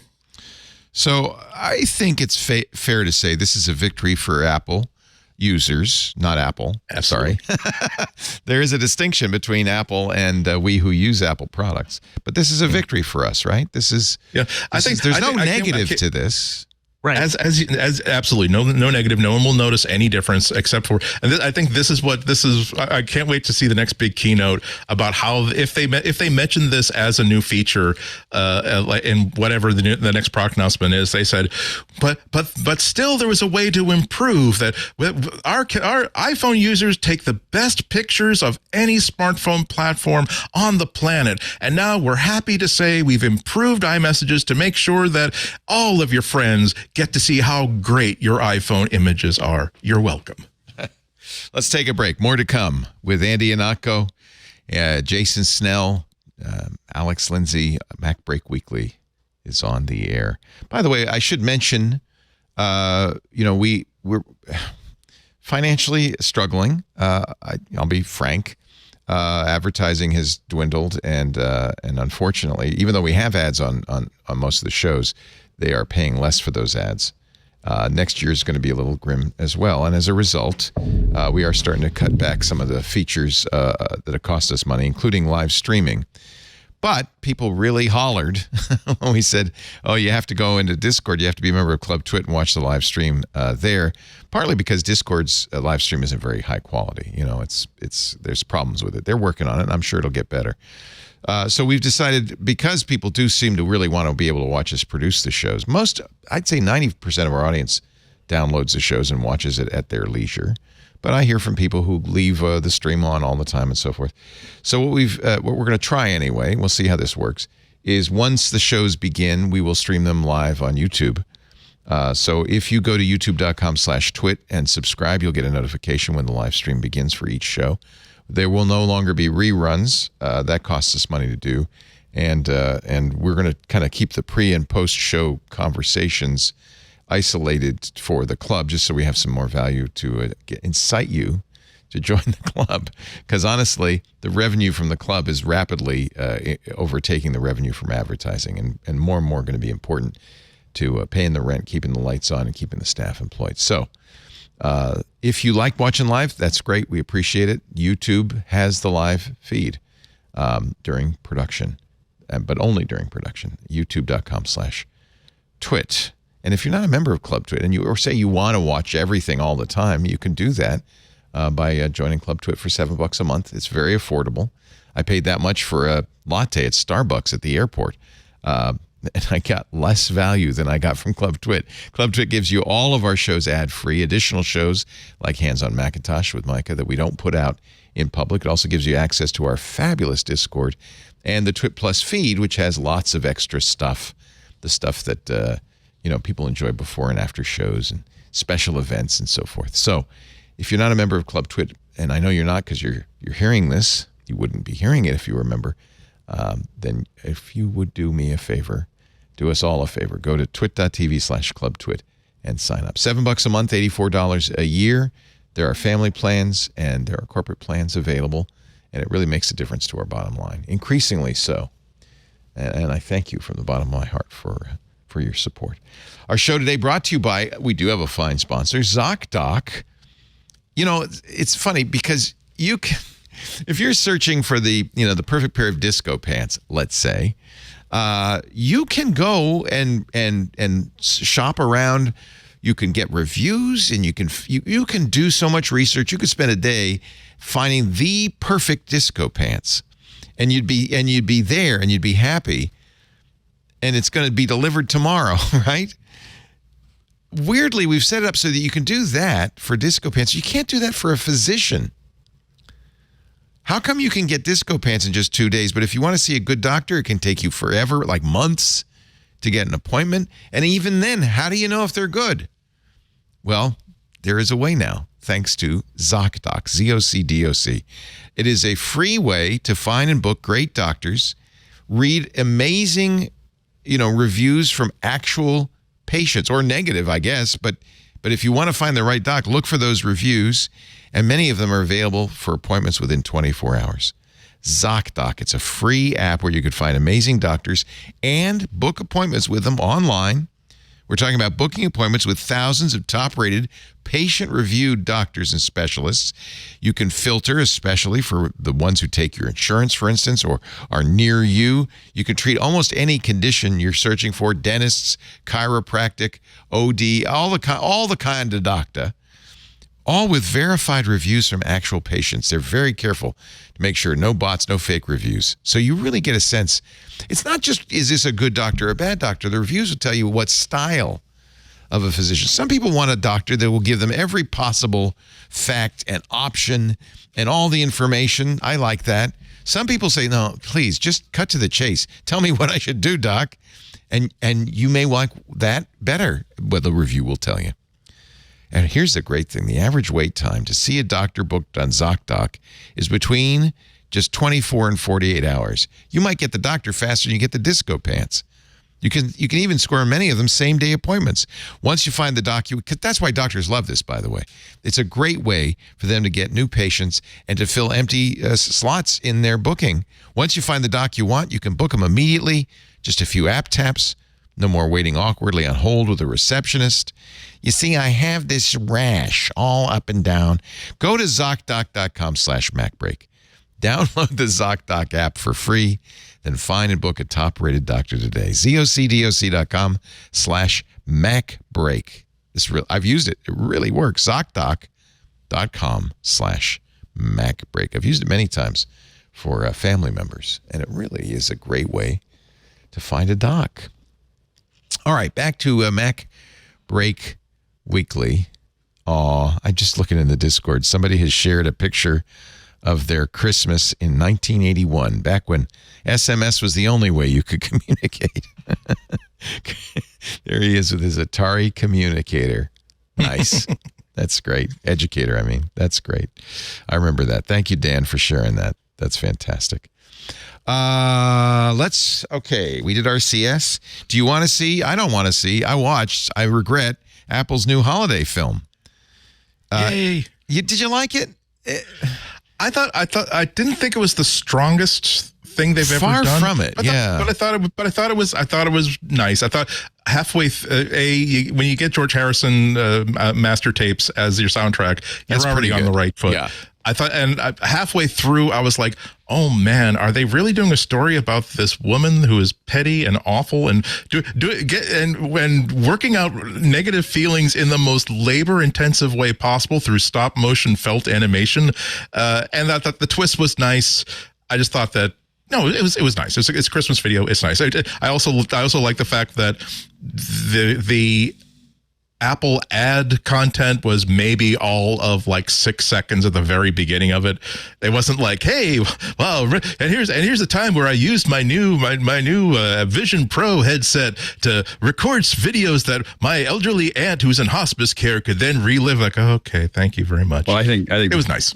The big Apple ad is the behind the scenes now. They're behind the scenes. Yeah, they made 2 videos this time. Yeah. Well, the behind the scenes was very effective for the keynote as well. They put out we actually broke the whole thing down to learn from it. But I already have clients who are asking me if we wanted to shoot some footage for your show and we wanted to use a phone, an iPhone 15, and they're very specific, 15.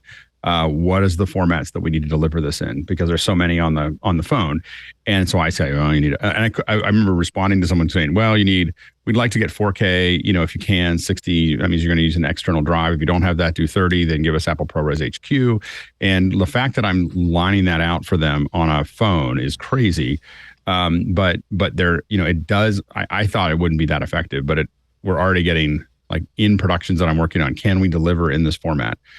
So it definitely has made an impact on folks. Apple made a point of saying it's shot even in the ad, although I haven't seen it on TV. I'm sure it'll be a lot shorter on TV. It was 2.5 minutes on YouTube. But they made a point of saying it was shot on an iPhone 15 and edited on a MacBook. The stop motion animator they hired to do it actually apparently already was editing on a MacBook using the same software. So it was just changing the camera for an iPhone 15, and she was happy with that. I'm only complaining about this. Is that tethered shooting too, right? Like the new iPhone 15 feature is that you can connect via USB and have an app, and you're controlling the capture on the phone. Like cameras have been doing this for a very long time, but like the iPhone, you can do that connection. And so a lot of professional photographers do this. They're looking at a good monitor and they're getting it exactly right with animation. You're probably even maybe onion skinning to the previous frame to make sure the movement is exactly right. And that's a real iPhone 15 feature because of USB-C. Yeah. Maybe I got soured. I felt like it was like trying to be up, but it wasn't good. I like the stop motion. That was cool. Maybe I got sour by the fact that it begins with what looks like a Salvation Army red bucket, and I'm no longer. Suddenly, I've been I've been woke about Salvation Army, and I thought, well, I don't know if you want to really promote that, Apple, given all your LGBTQ employees. Yeah. I think I figured out, like in the past 5 minutes, what kind of bothered me about it. That for those who haven't seen it, she's basically she has a hard time with a coworker. Her boss is a jerk. Her boss is a jerk, and she works out her feelings about it by making stop motion felt animation in which a doll that is definitely her boss suffers day to day and relentlessly. Oh, horribly! And then and then there's a turn in the middle where he gives her like the same gift that he's giving everybody, but it's like a pair of hand knitted like mittens or whatever. And what is the humanity of this person? I've been overlooking. And then sees that he's eating alone dinner in a restaurant, and then she basically turns around and that's nice, and that's the sweet Christmas turn. What takes 2.5 minutes to get there. I got to point out out of a 4 minute. But what got to me is that she should have realized before she should have recognized the humanity of this person before having pity for him in any way, shape, or form. And that's the thing that kind of let me down a little bit. I also didn't like it that she tore apart the hand-knitted stocking that he gave her to make a dog for her stop motion, which, by the way, he will never see. I mean, the whole thing, it was very poorly scripted. This was not a good idea. And I think Apple, it was cute, which has done some real tearjerkers in the past. I've found myself actually physically weeping on some of them. Not on this one. I was weeping in pain. I still remember the one where like typical Generation Z. He's with the family Christmas thing, and he's the only one who's on his phone all the time, not paying attention to anybody. And that one I liked. That was fun. We did. Yeah. Oh, we assumed that he was just being sullen. What he was doing was he was shooting videos of everybody to make as his Christmas gift this gorgeous video produced on his iPhone that everybody loved. Like, I'm a jerk. I judged when I should not have judged. I'm cleaner and better for having this emotional experience. It's Apple's fault for making this be a thing every year that they have the holiday video. It's hard to top yourself. You have to keep every once you make one blockbuster, everyone's saying, why wasn't the next one a blockbuster too? Hey, we can't show you anything at all from it because they will immediately take us down. We've discovered so. Worth watching them. You just can go out and watch Fuzzy Feelings. There's also a Fuzzy Feelings behind the scene. Can I have one more? Can I make one more nasty? This isn't technically the holiday season yet, so I can still be like Scroogey. Like, okay, so you notice that they wanted as many people as possible to have access to this and to enjoy this and watch this. So they put it on YouTube, okay? They didn't make it exclusively on Apple TV Plus, did they? But if you want to see a Charlie Brown Thanksgiving or Charlie Brown Christmas, you have to sign up for Apple TV. That's really okay. Scroogey. That's they're not even giving them they're not even giving PBS what they used to do, which is like we will give one over-the-air airing at one night so that people can still see it over the air for free. I just want to be crystal clear. If you want to see Charlie Brown Thanksgiving, think again. You don't. It's really bad. The Christmas one is the one you want. Wait a minute. The Halloween one is the one. The Great Pumpkin's great. The Thanksgiving one is so. My kids used to demand it all the time. It is so bad. Don't do it. Otherwise, listen to Andy. Just don't. Not that one. Okay. Not that one. And I feel like it was Curb Your Enthusiasm for kids, and I found that to all be traumatizing. Like I don't care what Apple does with the Peanuts. Did you identify with Charlie Brown? Is that why, Alex? I don't know what I identified with. I might have been. It was the whole football thing made me upset. Again. It was like it's upsetting. I mean, it's like I was actually doing that. Like because this is something I was actually thinking of this morning. Because there's also an announcement like last week, the week before, that there's going to be a new Peanuts. Apple is producing a Peanuts feature film in which the gang goes to New York City.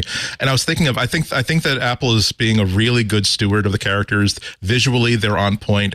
The stories they're telling are on point. The slight disappointment is that they tend to be very much not just oriented towards kids, but the way that modern adults want to create children's entertainment. And one of the things that was so valuable to me as a kid, reading the Peanut strip and watching the specials, was that it wasn't. As a kid, there were moments where I was just thinking that I am alone. Everything just is absolutely terrible, and I don't think that there's any joy to be found anywhere. And this wasn't a treacly story. Treacly strips are saying that, oh, but don't worry, that bully who was a jerk to you at school, did you know that he fell in the mud and everyone laughed at him? It's like the idea that the Peanut strip was saying, Charlie Brown lost the baseball game and it was his fault. And they did a week's worth of strips where he's just in a darkened room because he just wants to be there with his sadness. And it wasn't celebrating sadness. It was just simply acknowledging that sadness is something that you carry as humanity. If you are grateful for your humanity, you have to be aware and in some way grateful for all of it. And actually, again, even as a 10-year-old or 11-year-old child who like had to figure out how to get on that bus to junior high on days where I absolutely did not want to do it, it gave me strength and power saying there is suffering in life. It's just simply something that happens. You're right. It's terrible. I'm not going to tell you that's going to get better today. All I'm saying is that it's better if you get on the bus today than if you just simply stay home. So that just responding to having the football pulled out from under you. A, it's a funny gag. A, it's totally Lucy. It's also totally Charlie Brown saying, you know what? She wouldn't do it 13 times in a row. And how good will it feel to finally kick that football? Pretty identifiable, isn't it? Admittedly, if someone did that to me, I think the problem is I always have problems with any content where someone does something completely so out of character that I can't like be with it anymore. Like if someone did that to me, I'd just be like dead to me. Like I'll never talk to Lucy. Like, you're just, like, dead you know, to like me. it would just be like, Yeah. I'd be like, and you know, like I'd just be like, I don't need to have you around, you know, anymore. Jason, I have a new idea. I know Lucy you don't. Van Pelt, I rebuke thee as I would rebuke Satan himself. I just stopped paying attention. Like you just don't exist anymore. Jason, so I I know wouldn't be you upset don't- about it. I just wouldn't have you around. I know you don't need another podcast idea, but somebody's got to do a ranking of the 45 Oh my Charlie God. Brown specials You're Volunteer right. from best to worst. I'm just thinking. But I don't want to be the one. We did do an incomparable podcast where they watched every Muppet movie. Oh, so this could be God. like That's that, a right? You just nightmare. got to find people who want to watch all the Peanut movies, all the Peanuts.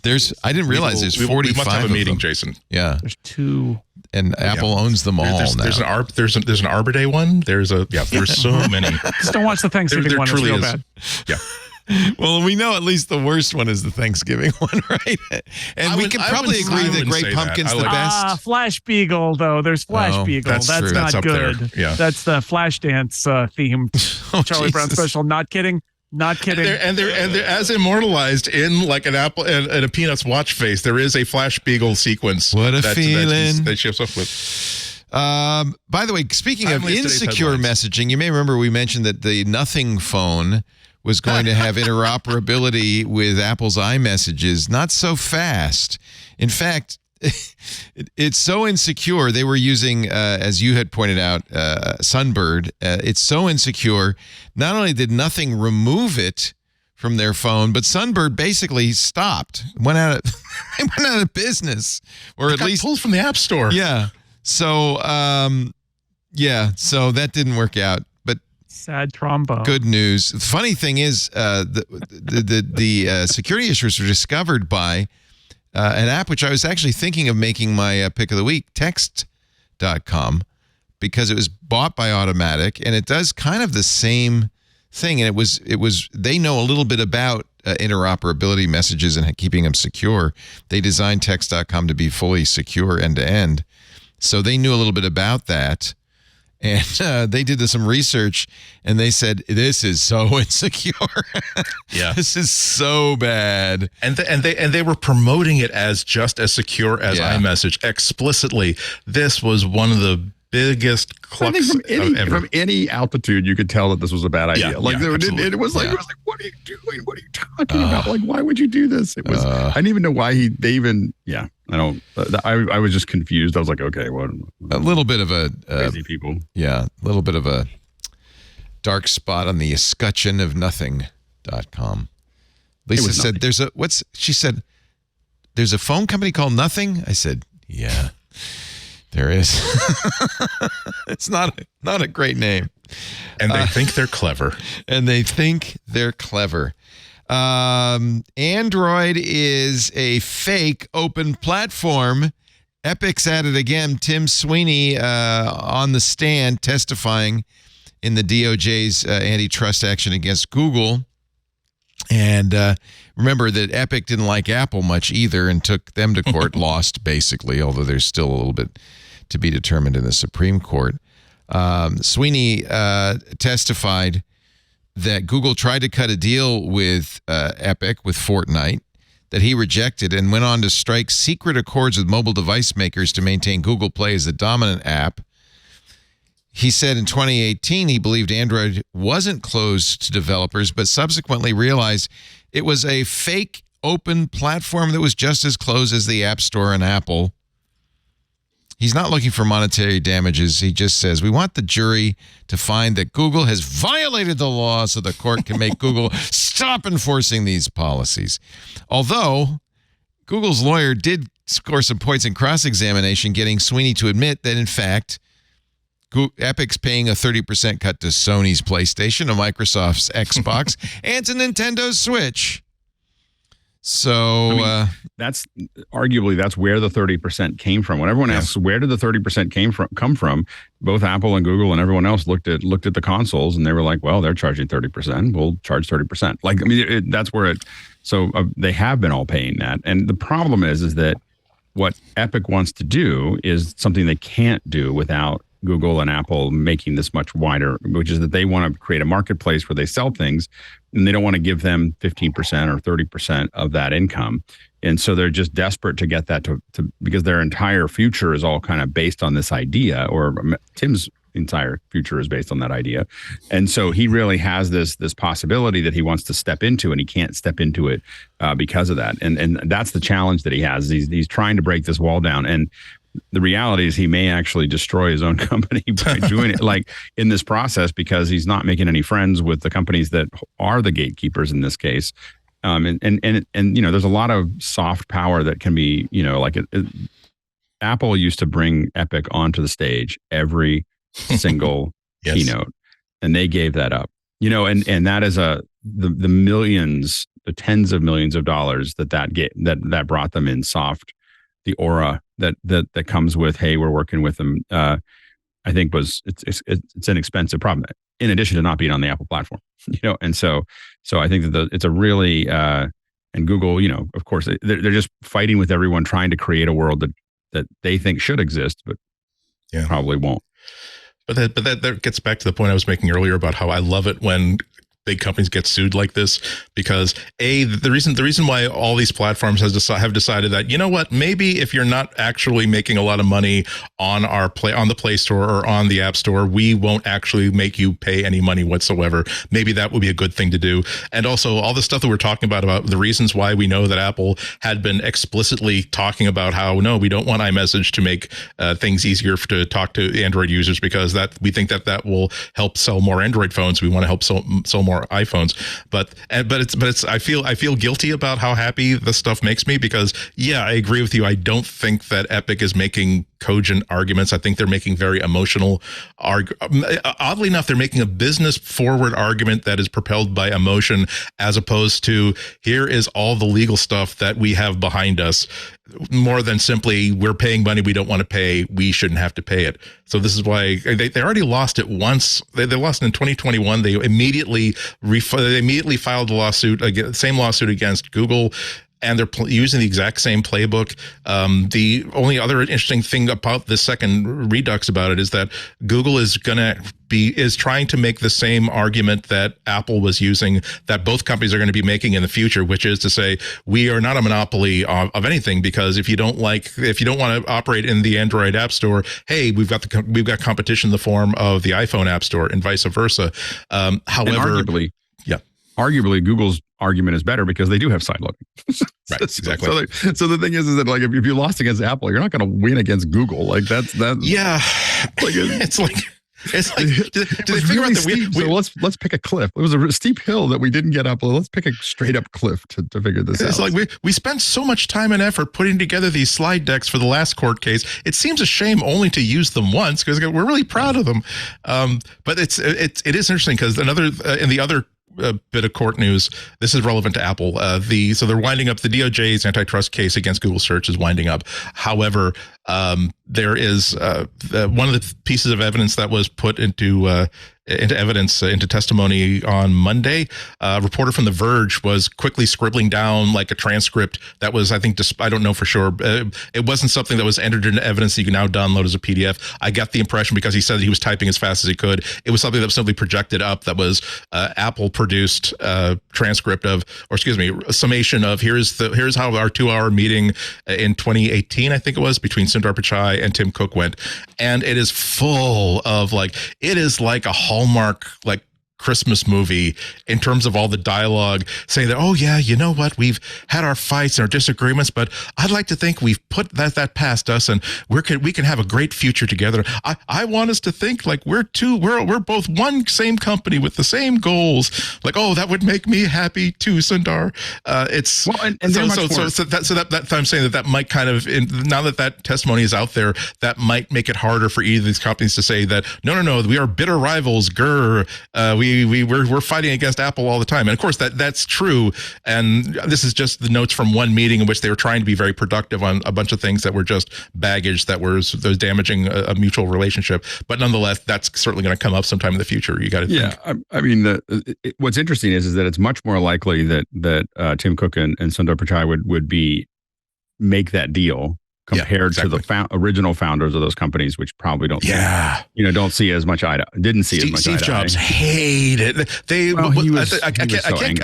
I can't come up with a quote, but if I had prepared for it, there were quotes where we're like, I want Android dead. I want his family dead. I want his office burned to the ground, just like in The Untouchables or something. Oh yeah, I mean, and Steve was known for some of those things. I mean, when the one that I had heard was when Avid released that press release, about their dropping the Mac platform. I guess someone that I talked to that reportedly was in the meeting said if Steve Jobs' head had spun around and fire had come out of his eyes, he wouldn't have been surprised at that point. He was and there was a whole lot of pounding because it came up because we were having lunch and they were giving everyone at ILM new Macs with Final Cut. Nice. And said, and the only question is, what does Avid have that we don't? And I was like, why are you guys doing this right now? And then he told me the story of of Avid and all the, everything was fine. Everyone was getting along. And then Avid said one thing. And then it was like, let's pound those guys into the ground, and so I'm not surprised that, that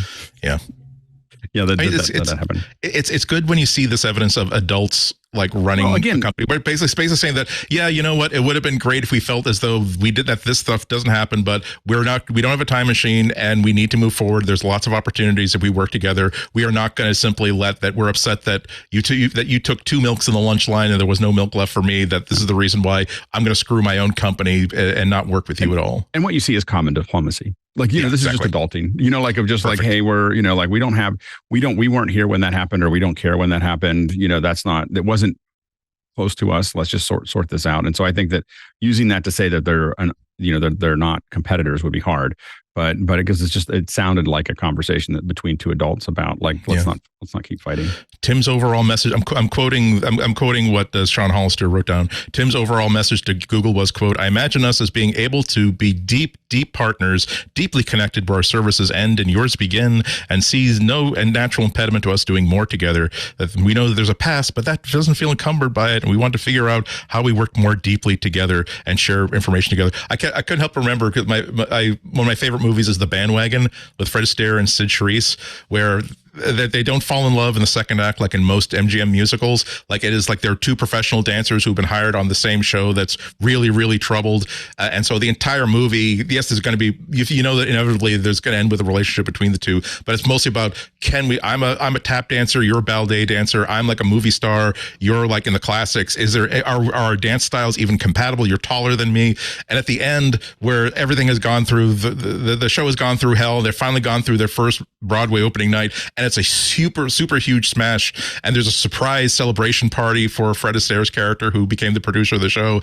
And Sid Charisse is speaking for the entire cast and crew, who are all gathered on the stage with catered lunches and things, saying, oh, we might have had our difficulties and maybe we didn't know if we'd ever make it through, but we're in this for a long, long time. And there are no longer any impediments keeping us in the way. You're in love. You're telling him that you're in love in front of these 60 people. And I couldn't help but think about this language that was written down by Sean Hollister. I am stunned that you were able to connect that to The Bandwagon, but well done, Andy. Well done. Well, but it is a great movie. To be clear, Epic is visionary. What they've done and what they're creating is amazing.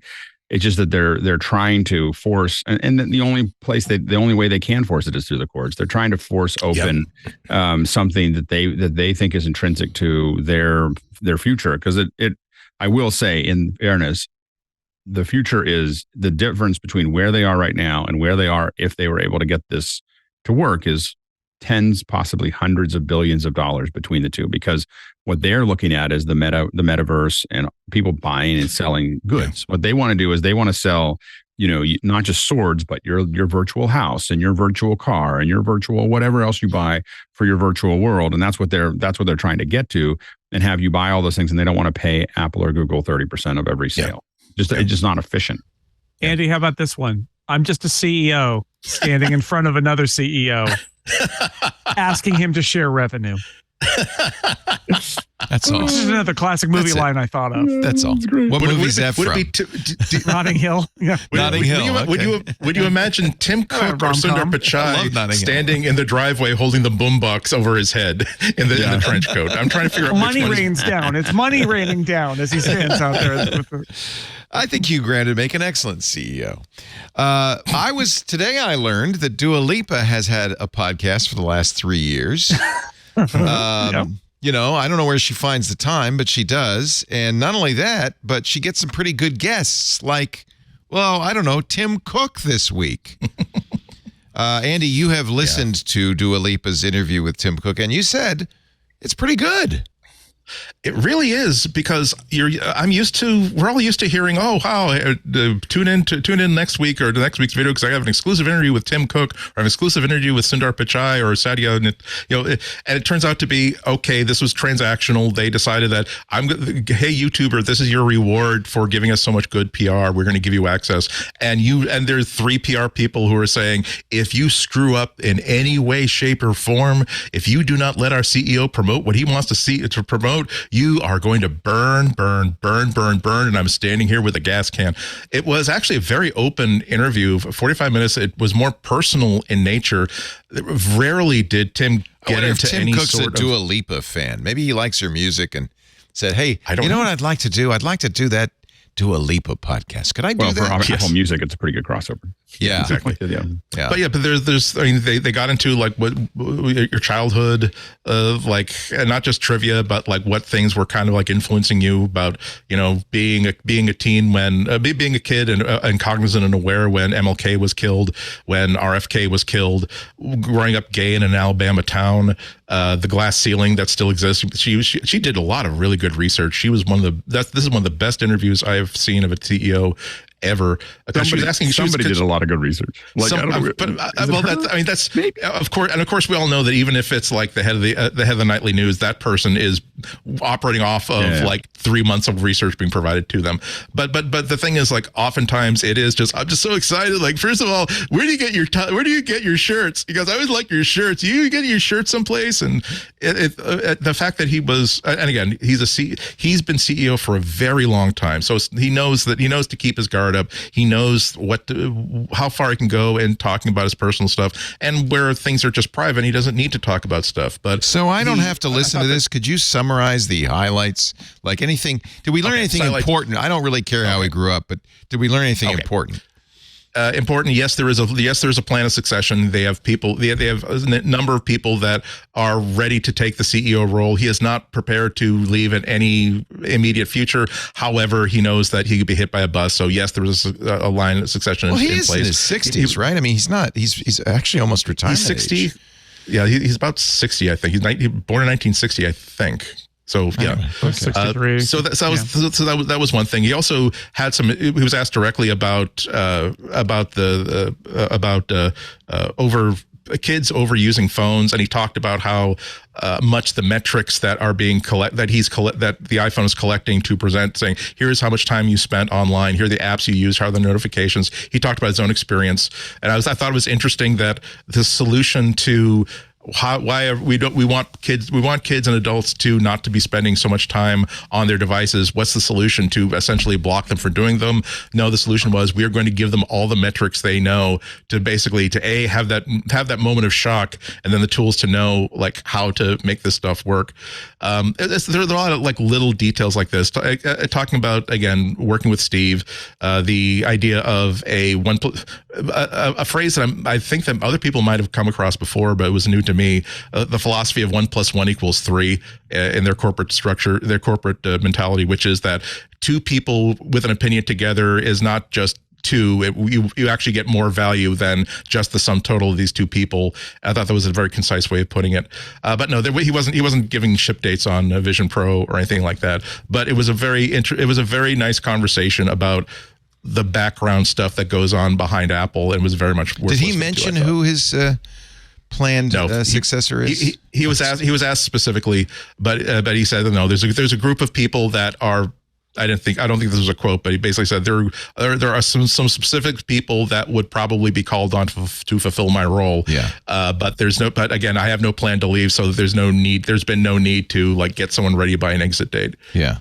No, it's the hit by a bus scenario, and every good CEO has that somewhere in the drawer of his desk. Are you interested in learning that he played trombone as a kid and he wanted to be a jazz musician, but then he realized that he has as much as even a good trombone player would struggle in their career, that he is not a good trombone player, so maybe he should parallel into his other interest of engineering. I actually knew that, and I'm trying to remember where I read a biography of Tim Cook's younger days. There was a book, or maybe it was an article. Anyway, I did know that. Yeah. Actually, not that it in any way informs anything having to do with Apple, but well, yeah. But one last thing. I'm just going off the top of my head because I just listened to it this morning. Yeah, you have a transcript for us. Thank you. As usual, I had my Android phone, my Android recording app that does really good transcripts. Unfortunately, I still like Audio Hijack's new transcript feature. It's not ready yet, but I'm working with it and it's good. I thought that he's famous for being like an operations person. Like the reason why he came aboard, that Steve Jobs brought him aboard Apple, was because he was like the king of ops at Compaq.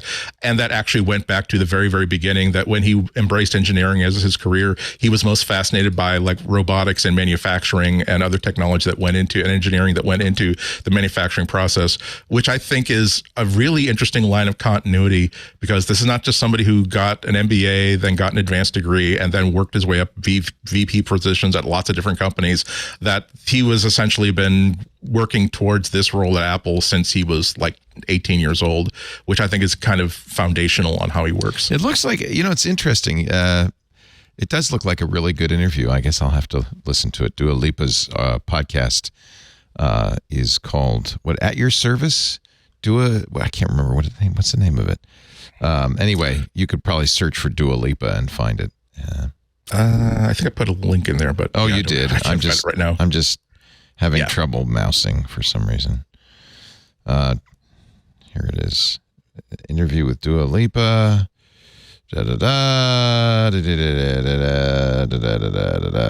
Oh, you can even watch it. It's called At Your Service. You can even watch it. So there's video as well. From BBC Sounds. All right, let's take a break, and your picks of the week will wrap up this thrilling, gripping edition of AI Meets Mac. But first, a word from Discourse, the online home for your community. It is the online home, I'm very proud to say, has been for some years, for the Twit community at twit.community. Discourse is the best. They don't use the word forum, and I guess it really has gone so far beyond a forum, but I think of it as forum software, and I've used so many different programs, and this is easily the best. For over a decade, Discourse has made it their mission to make the internet a better place for online communities. It's open source, trusted now by more than 20,000 online communities. Some of the largest companies in the world use it for, customer service. We use it to have a great conversation, and I'm loving it. By harnessing the power of discussion, real-time chat, and AI, that's why it's so much more than a forum these days. Discourse makes it easy to have meaningful conversations and collaborate with your community anytime and anywhere. We realized that YouTube comments weren't the best way for us to find out what our audience thinks. I didn't really want to use YouTube comments. So John O'Bacon said, you should try Discourse. And it is, in fact, where we point people, if they want to make a comment on our shows or our network, it's the best place to go. For us is twit.community. It's running. It's hosted by Discourse. It's a managed server. They do such a great job. It's affordable, and it's been a wonderful community for us. If you're interested, visit discourse.community. discourse.org/twit. You can get 1 month free on all self-service plans. And they have plans for every kind of community, whether you're just starting out or you want to go to the next level. There's a basic plan for private invite-only communities, great for a club, a family. There's a standard plan if you want unlimited members and a public presence. There's a business plan for active customer support communities. And one of the biggest advantages to creating your own community with Discourse is you own your data. You have access to all the conversation history.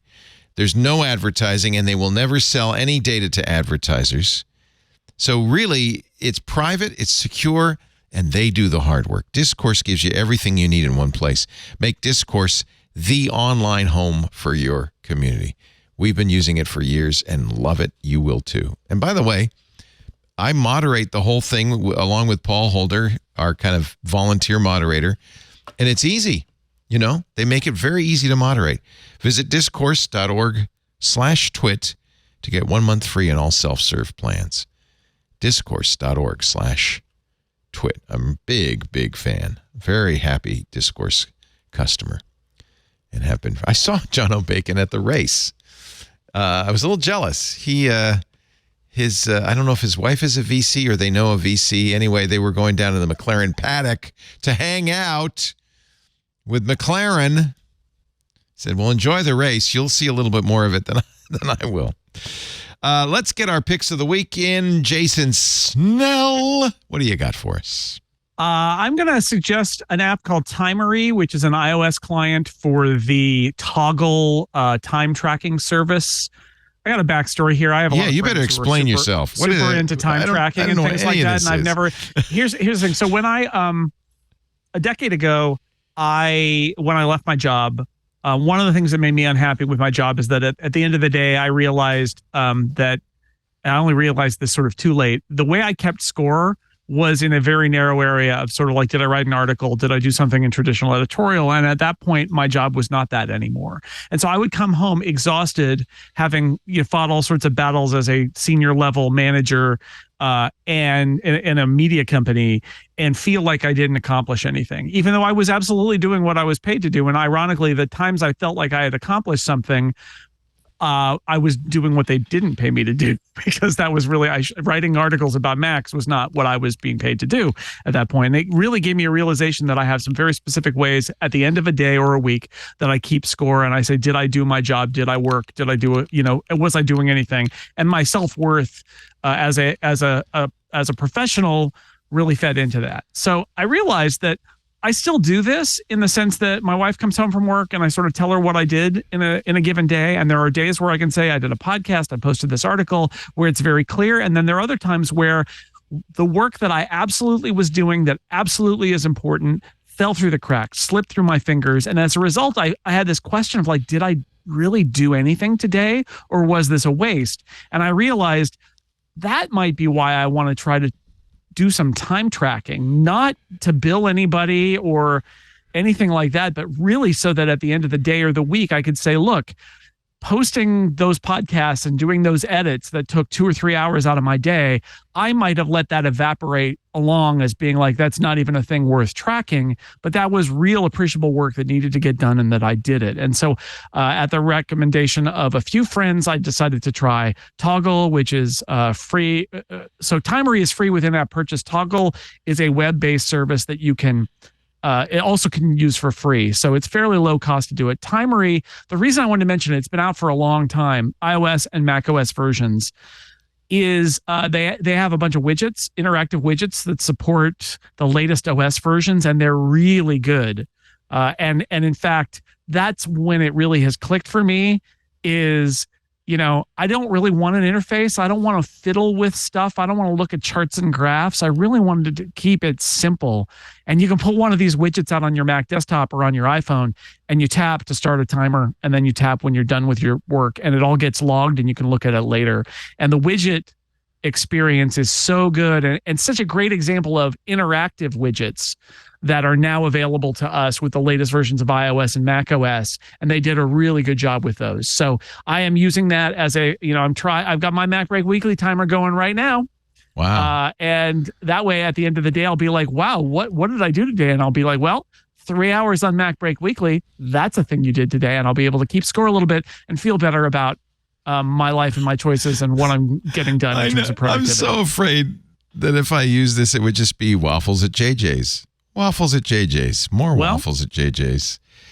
Went down to JJ's and had some waffles. Maybe it's not for you, but I've already heard from some people who heard me talking about this, and they're like, actually, that is a problem. Because for me, it's really almost like an internalizing, like, are you? And part of it makes you feel better that you actually did do something. And I think parents are like, you got to work as an adult, and you got to. Are you holding up your end of society? And I have internalized some of that, and so I want to know, like, is this? Did I just? Because I work at home by myself, so it's like. Did I just lounge around all day and do nothing? I want to feel like I'm actually doing something worthwhile, and the tracking is trying to help me understand. I'll take a chance and try this. Because maybe I'm doing more than I think. You might be right. Like, what the insight I had a decade ago was there are things that you do or that I do that I don't keep score of. And that when I started hating my job, it was because I let all that stuff that was real work that I was being paid for and that had a positive impact on my work and my coworkers and everything else. And yet I discounted it as being worthless. Right. And it was important to have that moment of realization. First off, that like, if that's your job, maybe you shouldn't do that job anymore. But second, that, you can't let that stuff run through your fingers because then you're going to look at the end of the day and say, did I just sit around watching Star Trek all day? No. Well, then what did I do? Oh, I'm a failure, right? And it's very easy to get to that point. So I'm trying to not do that. But what if you did, in fact, sit around all day and watch Star Trek? Well, don't time that. Don't track that. Don't track that. Don't track that. Put that in a secret thing of like special business. That's in the special business timer. Don't worry about it. Yeah, good idea. Forget about it. Can I say, this. Are you tracking which Star Trek series it is? Because that is a very important data point about whether you're wasting your time or not. Glad you asked. If you want to get really specific, you can have tags on specific projects. So you could say Star Trek is the project, but this is the Deep Space Nine tag that I was in today. So you can really narrow down if you want to, if you want to go that far. I'm really looking at high level though, personally. I just want to know, like, yes, you did spend, I did spend 2 hours editing and posting podcasts. That's an important part of my job. I should probably give myself credit for that too. I think this is interesting because, usually you think of time tracking as lawyers doing it to, bill the right people. And I think it's an interesting notion that maybe it's worth tracking whatever you do just to see what you do. It's kind of Apple's screen time for life. Right. And the second level of it is if you find out that, I spend 10 hours a week on a thing that makes me most of my living. Right. And 15 hours in a week on a thing that pays me almost nothing, that allows you to have that second level, which is my priorities are out of whack. And that could be useful too. Yeah, I know actually almost all the free time I have is spent scanning for stories for our shows. But it'd be kind of good to know how much of that I do every day. It's probably upwards of 8 hours a day doing that. Thank you, Jason Snell. Timery, you start with Toggle, Toggl. Yeah, it's a web service, but Timery is the really good iOS app and also a pretty good, it's not a great Mac app. It's okay, but the widgets are super. Really and there's a menu widgets. Bar thing too. And but the widgets are the thing. Yeah, you could do like widgets, really Command 1 Waffles with JJ's, Command 2 down to IHOP for a quick stack. Right. Command 3, looking at links. Looking at links. Yeah. Yeah, that's kind of like it. Mr. Anako, what is your pick of the week? My pick is my favorite comic book reader app for the iPad. It's called Panels, and a digital comic book reader. You can't have just a generic reader app.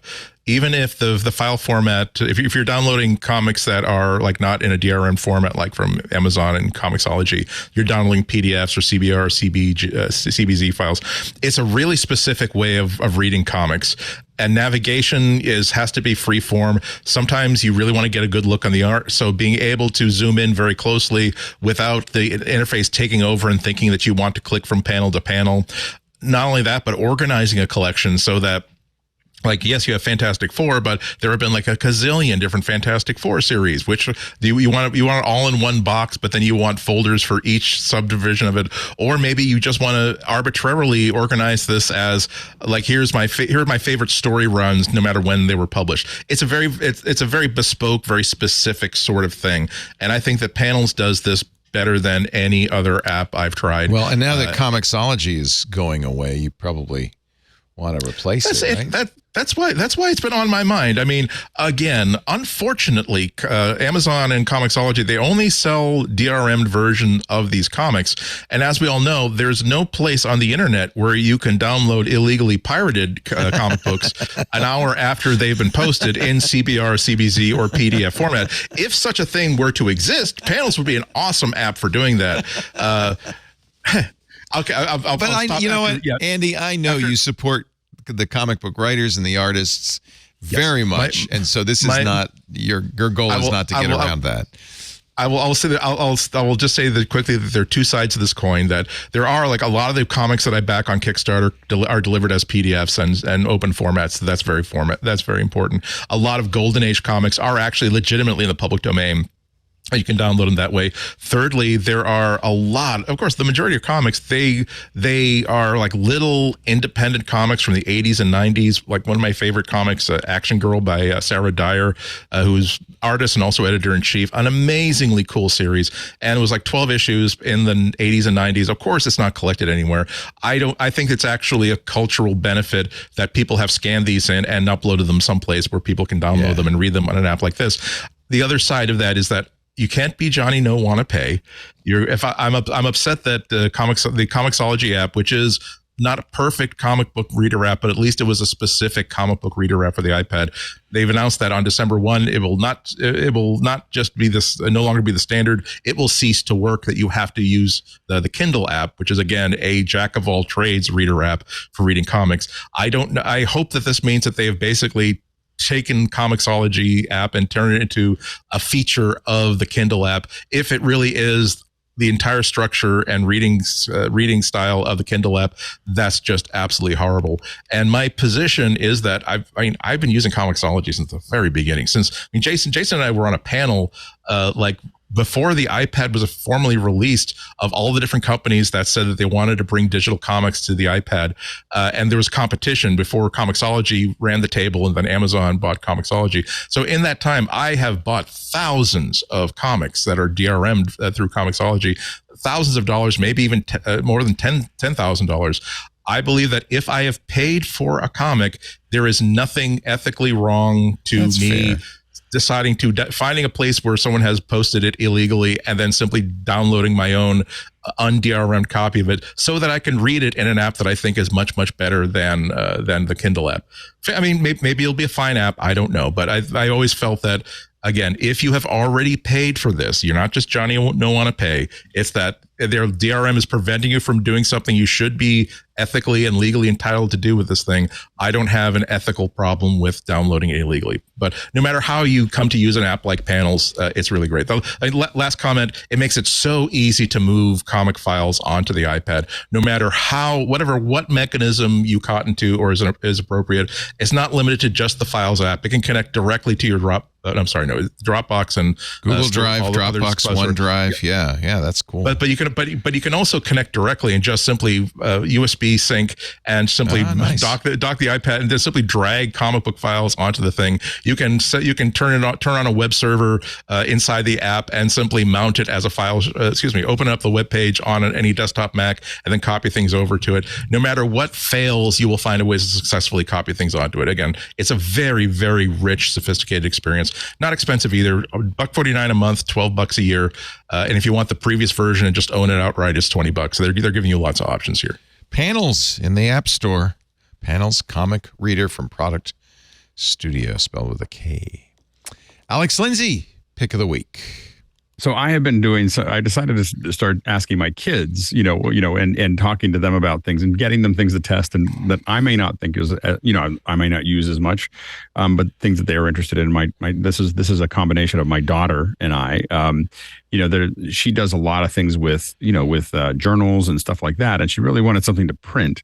but it needed to be small. And I really thought of this. I started doing some research and I found this one that was kind of like a Polaroid. And so this is a Fujifilm Instax mini link smartphone printer. So this is a little printer that your phone can connect to over Bluetooth, and it will print little versions of Polaroids. Aw. How little? Like really little? They're like about half the size of a Polaroid, half the width of a Polaroid. Okay. And the quality's good? It's like dye-sub quality? It's surprisingly good. Yeah. I thought it was going to come out like dot matrix. Like I really, when I saw this little printer, I thought it just looks like a photograph. It looks like a Polaroid photograph on a half width Polaroid film.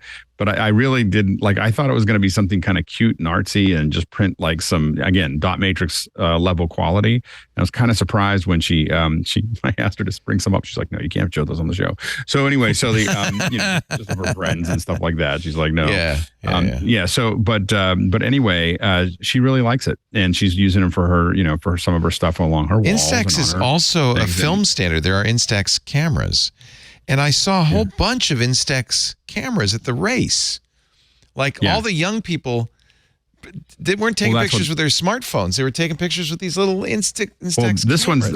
This one's kind of a bridge between it. So she can take smartphone pictures and then with her print smartphone, and then she can print them out and have the physical version of them. It's relatively easy and fun. And so it's not super expensive, about $130 or $120. How much is it per print? I don't know. That's 40, sure where it comes with 40 sheets. Okay. Of it, and I don't know exactly. 120 sheets are $79.99 on Amazon. Yeah. In my head, it was probably like Polaroid. It's like $1 a sheet. It's less than $1. Yeah. Yeah, and Polaroids are not 75 cents inexpensive. Each. Yeah. Yeah. So it's so it's not something you start printing everything on, but I think that for the kind of thing that she's using it for, it was pretty useful. But I gave it to her. I let her test it for a month and come back and tell her I bought it and told her come back. I came back in a month and said, okay, are you using it? Is it worth it? And she thought it was great. So. I bought along these lines. I wanted a way to print out standard size photos from my phone, and I didn't want to buy a whole photo printer. I got a Canon Selfie last week. It was $100, a little less expensive. Yeah. And it does pretty decent full size shots. I was just wanted pictures. So it's interesting. Yeah. There is a kind of, and I understand why the youngs want pictures. I want a picture I can hold. They're fun and tactile. You also get really cheap thermal printers that, of course, they're thermal printers. They're black and white and they're thermal. They're not great. But the idea that you spit out an actual paper image that you hand to somebody, that is really, really social and charming. Yeah. And they're not very expensive either. I got, these are 30 cents a print. So I think that's a little less expensive too. I think that's reasonable. These are, she brought a couple of them in. This is the size. Those are cool. They're cute. They're so cute. Little kawaii. Yeah. So there's and but that's a feature, by the way, for some people. That she wants them small. You should put them in a journal if you're doing something. It's they're and they really feel like kind of half-sized Polaroids and a little bit 9:16. So if you're shooting vertical, you have kind of more vertical orientation as opposed to. Sure. So it's and anyway, it was good. It was a good experiment. Nice. So it's good. Fujifilm Instax. Instax is a standard, though. So other companies offer Instax paper and Instax cameras and so forth. Mm-hmm. $126 on Amazon. It comes in pink. Christmas gifts for the. Did you get her the pink one? Yeah. No, I got her the black one. Oh, yeah. There you go. I think she wanted the black. Always think of the resale value. But she was like, she's not a pink person. Pro color. The Pro Instax. Pro color. Jason Snell's the pro at sixcolors.com. He does so many shows. If you want to see them all, you can go to sixcolors.com/Jason. And soon to come, the Charlie Brown ranked special. Oh, my God. No? What is that even going to be called? No. I don't even know. I'm going to come up with a clever title for that one. It could be. It's bad SEO there, though. Yeah, we'll workshop it. We'll do this plus the Columbo podcast. The football this time, something like that. Next time, football. Charlie Brown, Lust for Glory. He does have a Magnum podcast, a Doctor Who podcast. Magnum. Yeah, Doctor Who's coming back this weekend. An NASA vending machine, episode by episode review for all mankind. That's back. That's active right now too. Yeah. You watch a lot of TV. Right, I hope you're logging it all on your toggle. I'm going to have to, and then I'm going to say, oh no, that took way too much time, and why am I doing this to myself? But there's also 6 Colors, which is absolutely the place to go to get great Apple news the minute it happens. Thank you, Mr. Snell. Thank you, Leo. I appreciate it. You're filling in for me next week. Yes, I will be in the chair, probably that chair. Are you going to come up? Oh, good. Yeah, I'll come up. All right, I'm going to give you a dispensation to sit in the Dr. Evil chair. We don't. All right. We won't make you sit on some nondescript chair. You stool. Leo, just make sure you give him the de-arming code just in case you forget before you leave. There is don't forget the ejector seat button is There's a lot of load on that spring. The cushion right there. I have come into the studio and sat in that chair, and everybody looks around, and I'm like, oh, is this like sitting in Captain Kirk's chair? Should I not have done that? And they're like, it's an unwritten rule. We kind of expect people to understand and have some humanity, but okay, for you, all right, you get the chair. You. No, I don't care. I think for a while there was this notion that only Leo should sit in the weird chair. But I don't know if that was good or bad. Andy Ihnatko, you will be here next week as well. And on WGBH when?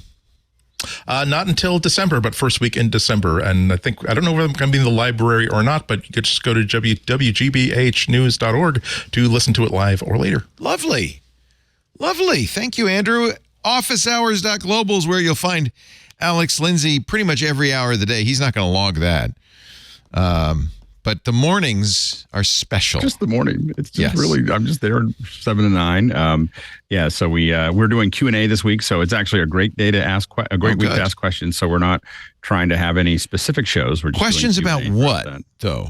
Anything people ask around media production. So people ask all kinds of like this camera, this mic, my computer, anything that's related to, and it stretches into just general tech. But for the most part, it's all media related, cameras and lights and gear. And for years on the radio show, if people would call and ask about those kinds of things, I said officehours.global. Just go there, get in the Zoom and ask your question because the experts. And as a slow week, a bunch of folks that normally can't make it onto the show are there, so it's a really good week to ask questions. Yeah. Thanksgiving week. What are you doing for Thanksgiving? Anything? I'm doing office hours. Of course you are. In the morning, and so we don't miss a day. Cooking. And how are you cooking your turkey? My parents.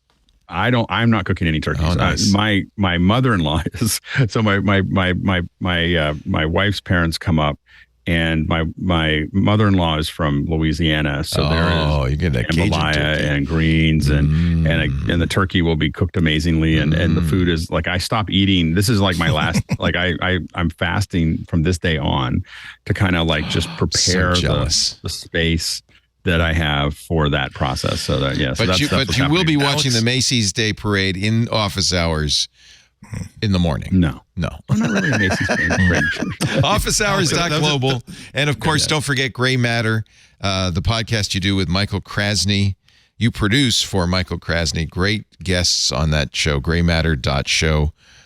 Humanizing healthcare this week, but there's always something fascinating going. And we had, the Abraham Verghese was an amazing interview, and we had Reb Anderson on from Green Gulch, one of the nice. Session Anderson. Yeah. Just an amazing hour. And that's coming up. Jason Snell is coming on. Oh, nice. How'd you get him? I know. We've been trying for years. I think we've done enough. podcasts. I think he might think that we're okay to be on. What podcast is he going to be recording while he's recording that podcast? Yeah, can Timery do 2 timers simultaneously? Because you can really save a lot of time that way. Just think of that. Andy, are you going to do the traditional sous vide burrito for Thanksgiving this year, or? I'm actually going in a different direction. It's going to be a pork tenderloin, homemade mac and cheese, Brussels sprouts with bacon, and homemade ciabatta. And I have not decided on the pies yet. I might actually farm it out because there are at least 2 things I've never cooked for Thanksgiving before, including I have never. This is why I think that Threads is winning for social media as replacement for X, because this morning I asked, does anybody have a good macaroni and cheese recipe that doesn't include either a blend calendar or start 3 days before. And I had like 8 really great ones within 45 minutes. So I'm looking forward to, if you're not looking forward to cooking Thanksgiving, you should not be cooking Thanksgiving, or you're planning the wrong menu. So I'm looking forward. How many people are you expecting? Sounds like a big one. Small table. Oh. And that's the reason why I can go like total alternative, because it's like when you have like one guest and you're very simpatico with them, it can be something as simple as, I find that up to 4 people, you can have a conversation about, are we okay with no turkey? Yes. Okay, great. If you could have the ultimate anything, what would it be? As it happens, I'm cooking for myself. I'm having Thanksgiving remotely with lots of other people, but this is just going to be a meal for me. And sometimes that's nice too. Because again, I don't have to convince somebody that pork tenderloin and baked macaroni and cheese and Brussels sprouts is the ideal. I mean, it's not toast, jelly bean, popcorn, and pretzel sticks, but it's out there. That's a pretty easy one to compare. That sounds like a pretty good meal. Sounds damn fine. Are you kidding? I want to come over. Mr. Jason Snell, Thanksgiving plans? Going to visit my brother-in-law and all my wife's family in Denver, where I will be cooking a sweet potato pie. So and you might get some snow in Denver this year. Maybe it's going to be cold. Yeah. That's what I hear. Yeah. I got Bay Area clothing, so I'm completely unprepared. Perfect. You'll really enjoy the nip in the air. Well, we wish all of our fine friends a wonderful holiday. For those of you who celebrate, I know many of our audience members have already had their Thanksgiving in Canada. Others are saying, what is this Thanksgiving of which you speak? But you know what? This would be a great week for you to enjoy family and friends and a fine meal regardless. We thank you for joining us. We do MacBreak Weekly Tuesdays, 11 a.m. Pacific, 2 p.m. Eastern, 1900 UTC. We turn on the live stream right at the beginning of the show. So if you go to youtube.com/twit, you can watch that as we do the show. Honestly, the best thing to do if you want to watch the show is subscribe to the podcast in your favorite podcast player. We like Pocket Casts, free from Automatic. We like Matt and his company. And if you subscribe, you'll get it automatically as soon as it's available every Tuesday afternoon. You can also download it from the webpage, twit.tv/MBW. And we do put all the shows, the video from all the shows on a YouTube channel dedicated to MacBreak Weekly. So there are lots of ways to watch. Of course, Club Twit members can also watch us do it live in the Club Twit Discord. Thank you all for being here. It is now my sad duty to tell you got to get back to work because break time is over. Bye-bye. Listeners of this program get an ad-free version if they're members of Club Twit. $7 a month gives you ad-free versions of all of our shows, plus membership in the Club Twit Discord, a great clubhouse for Twit listeners.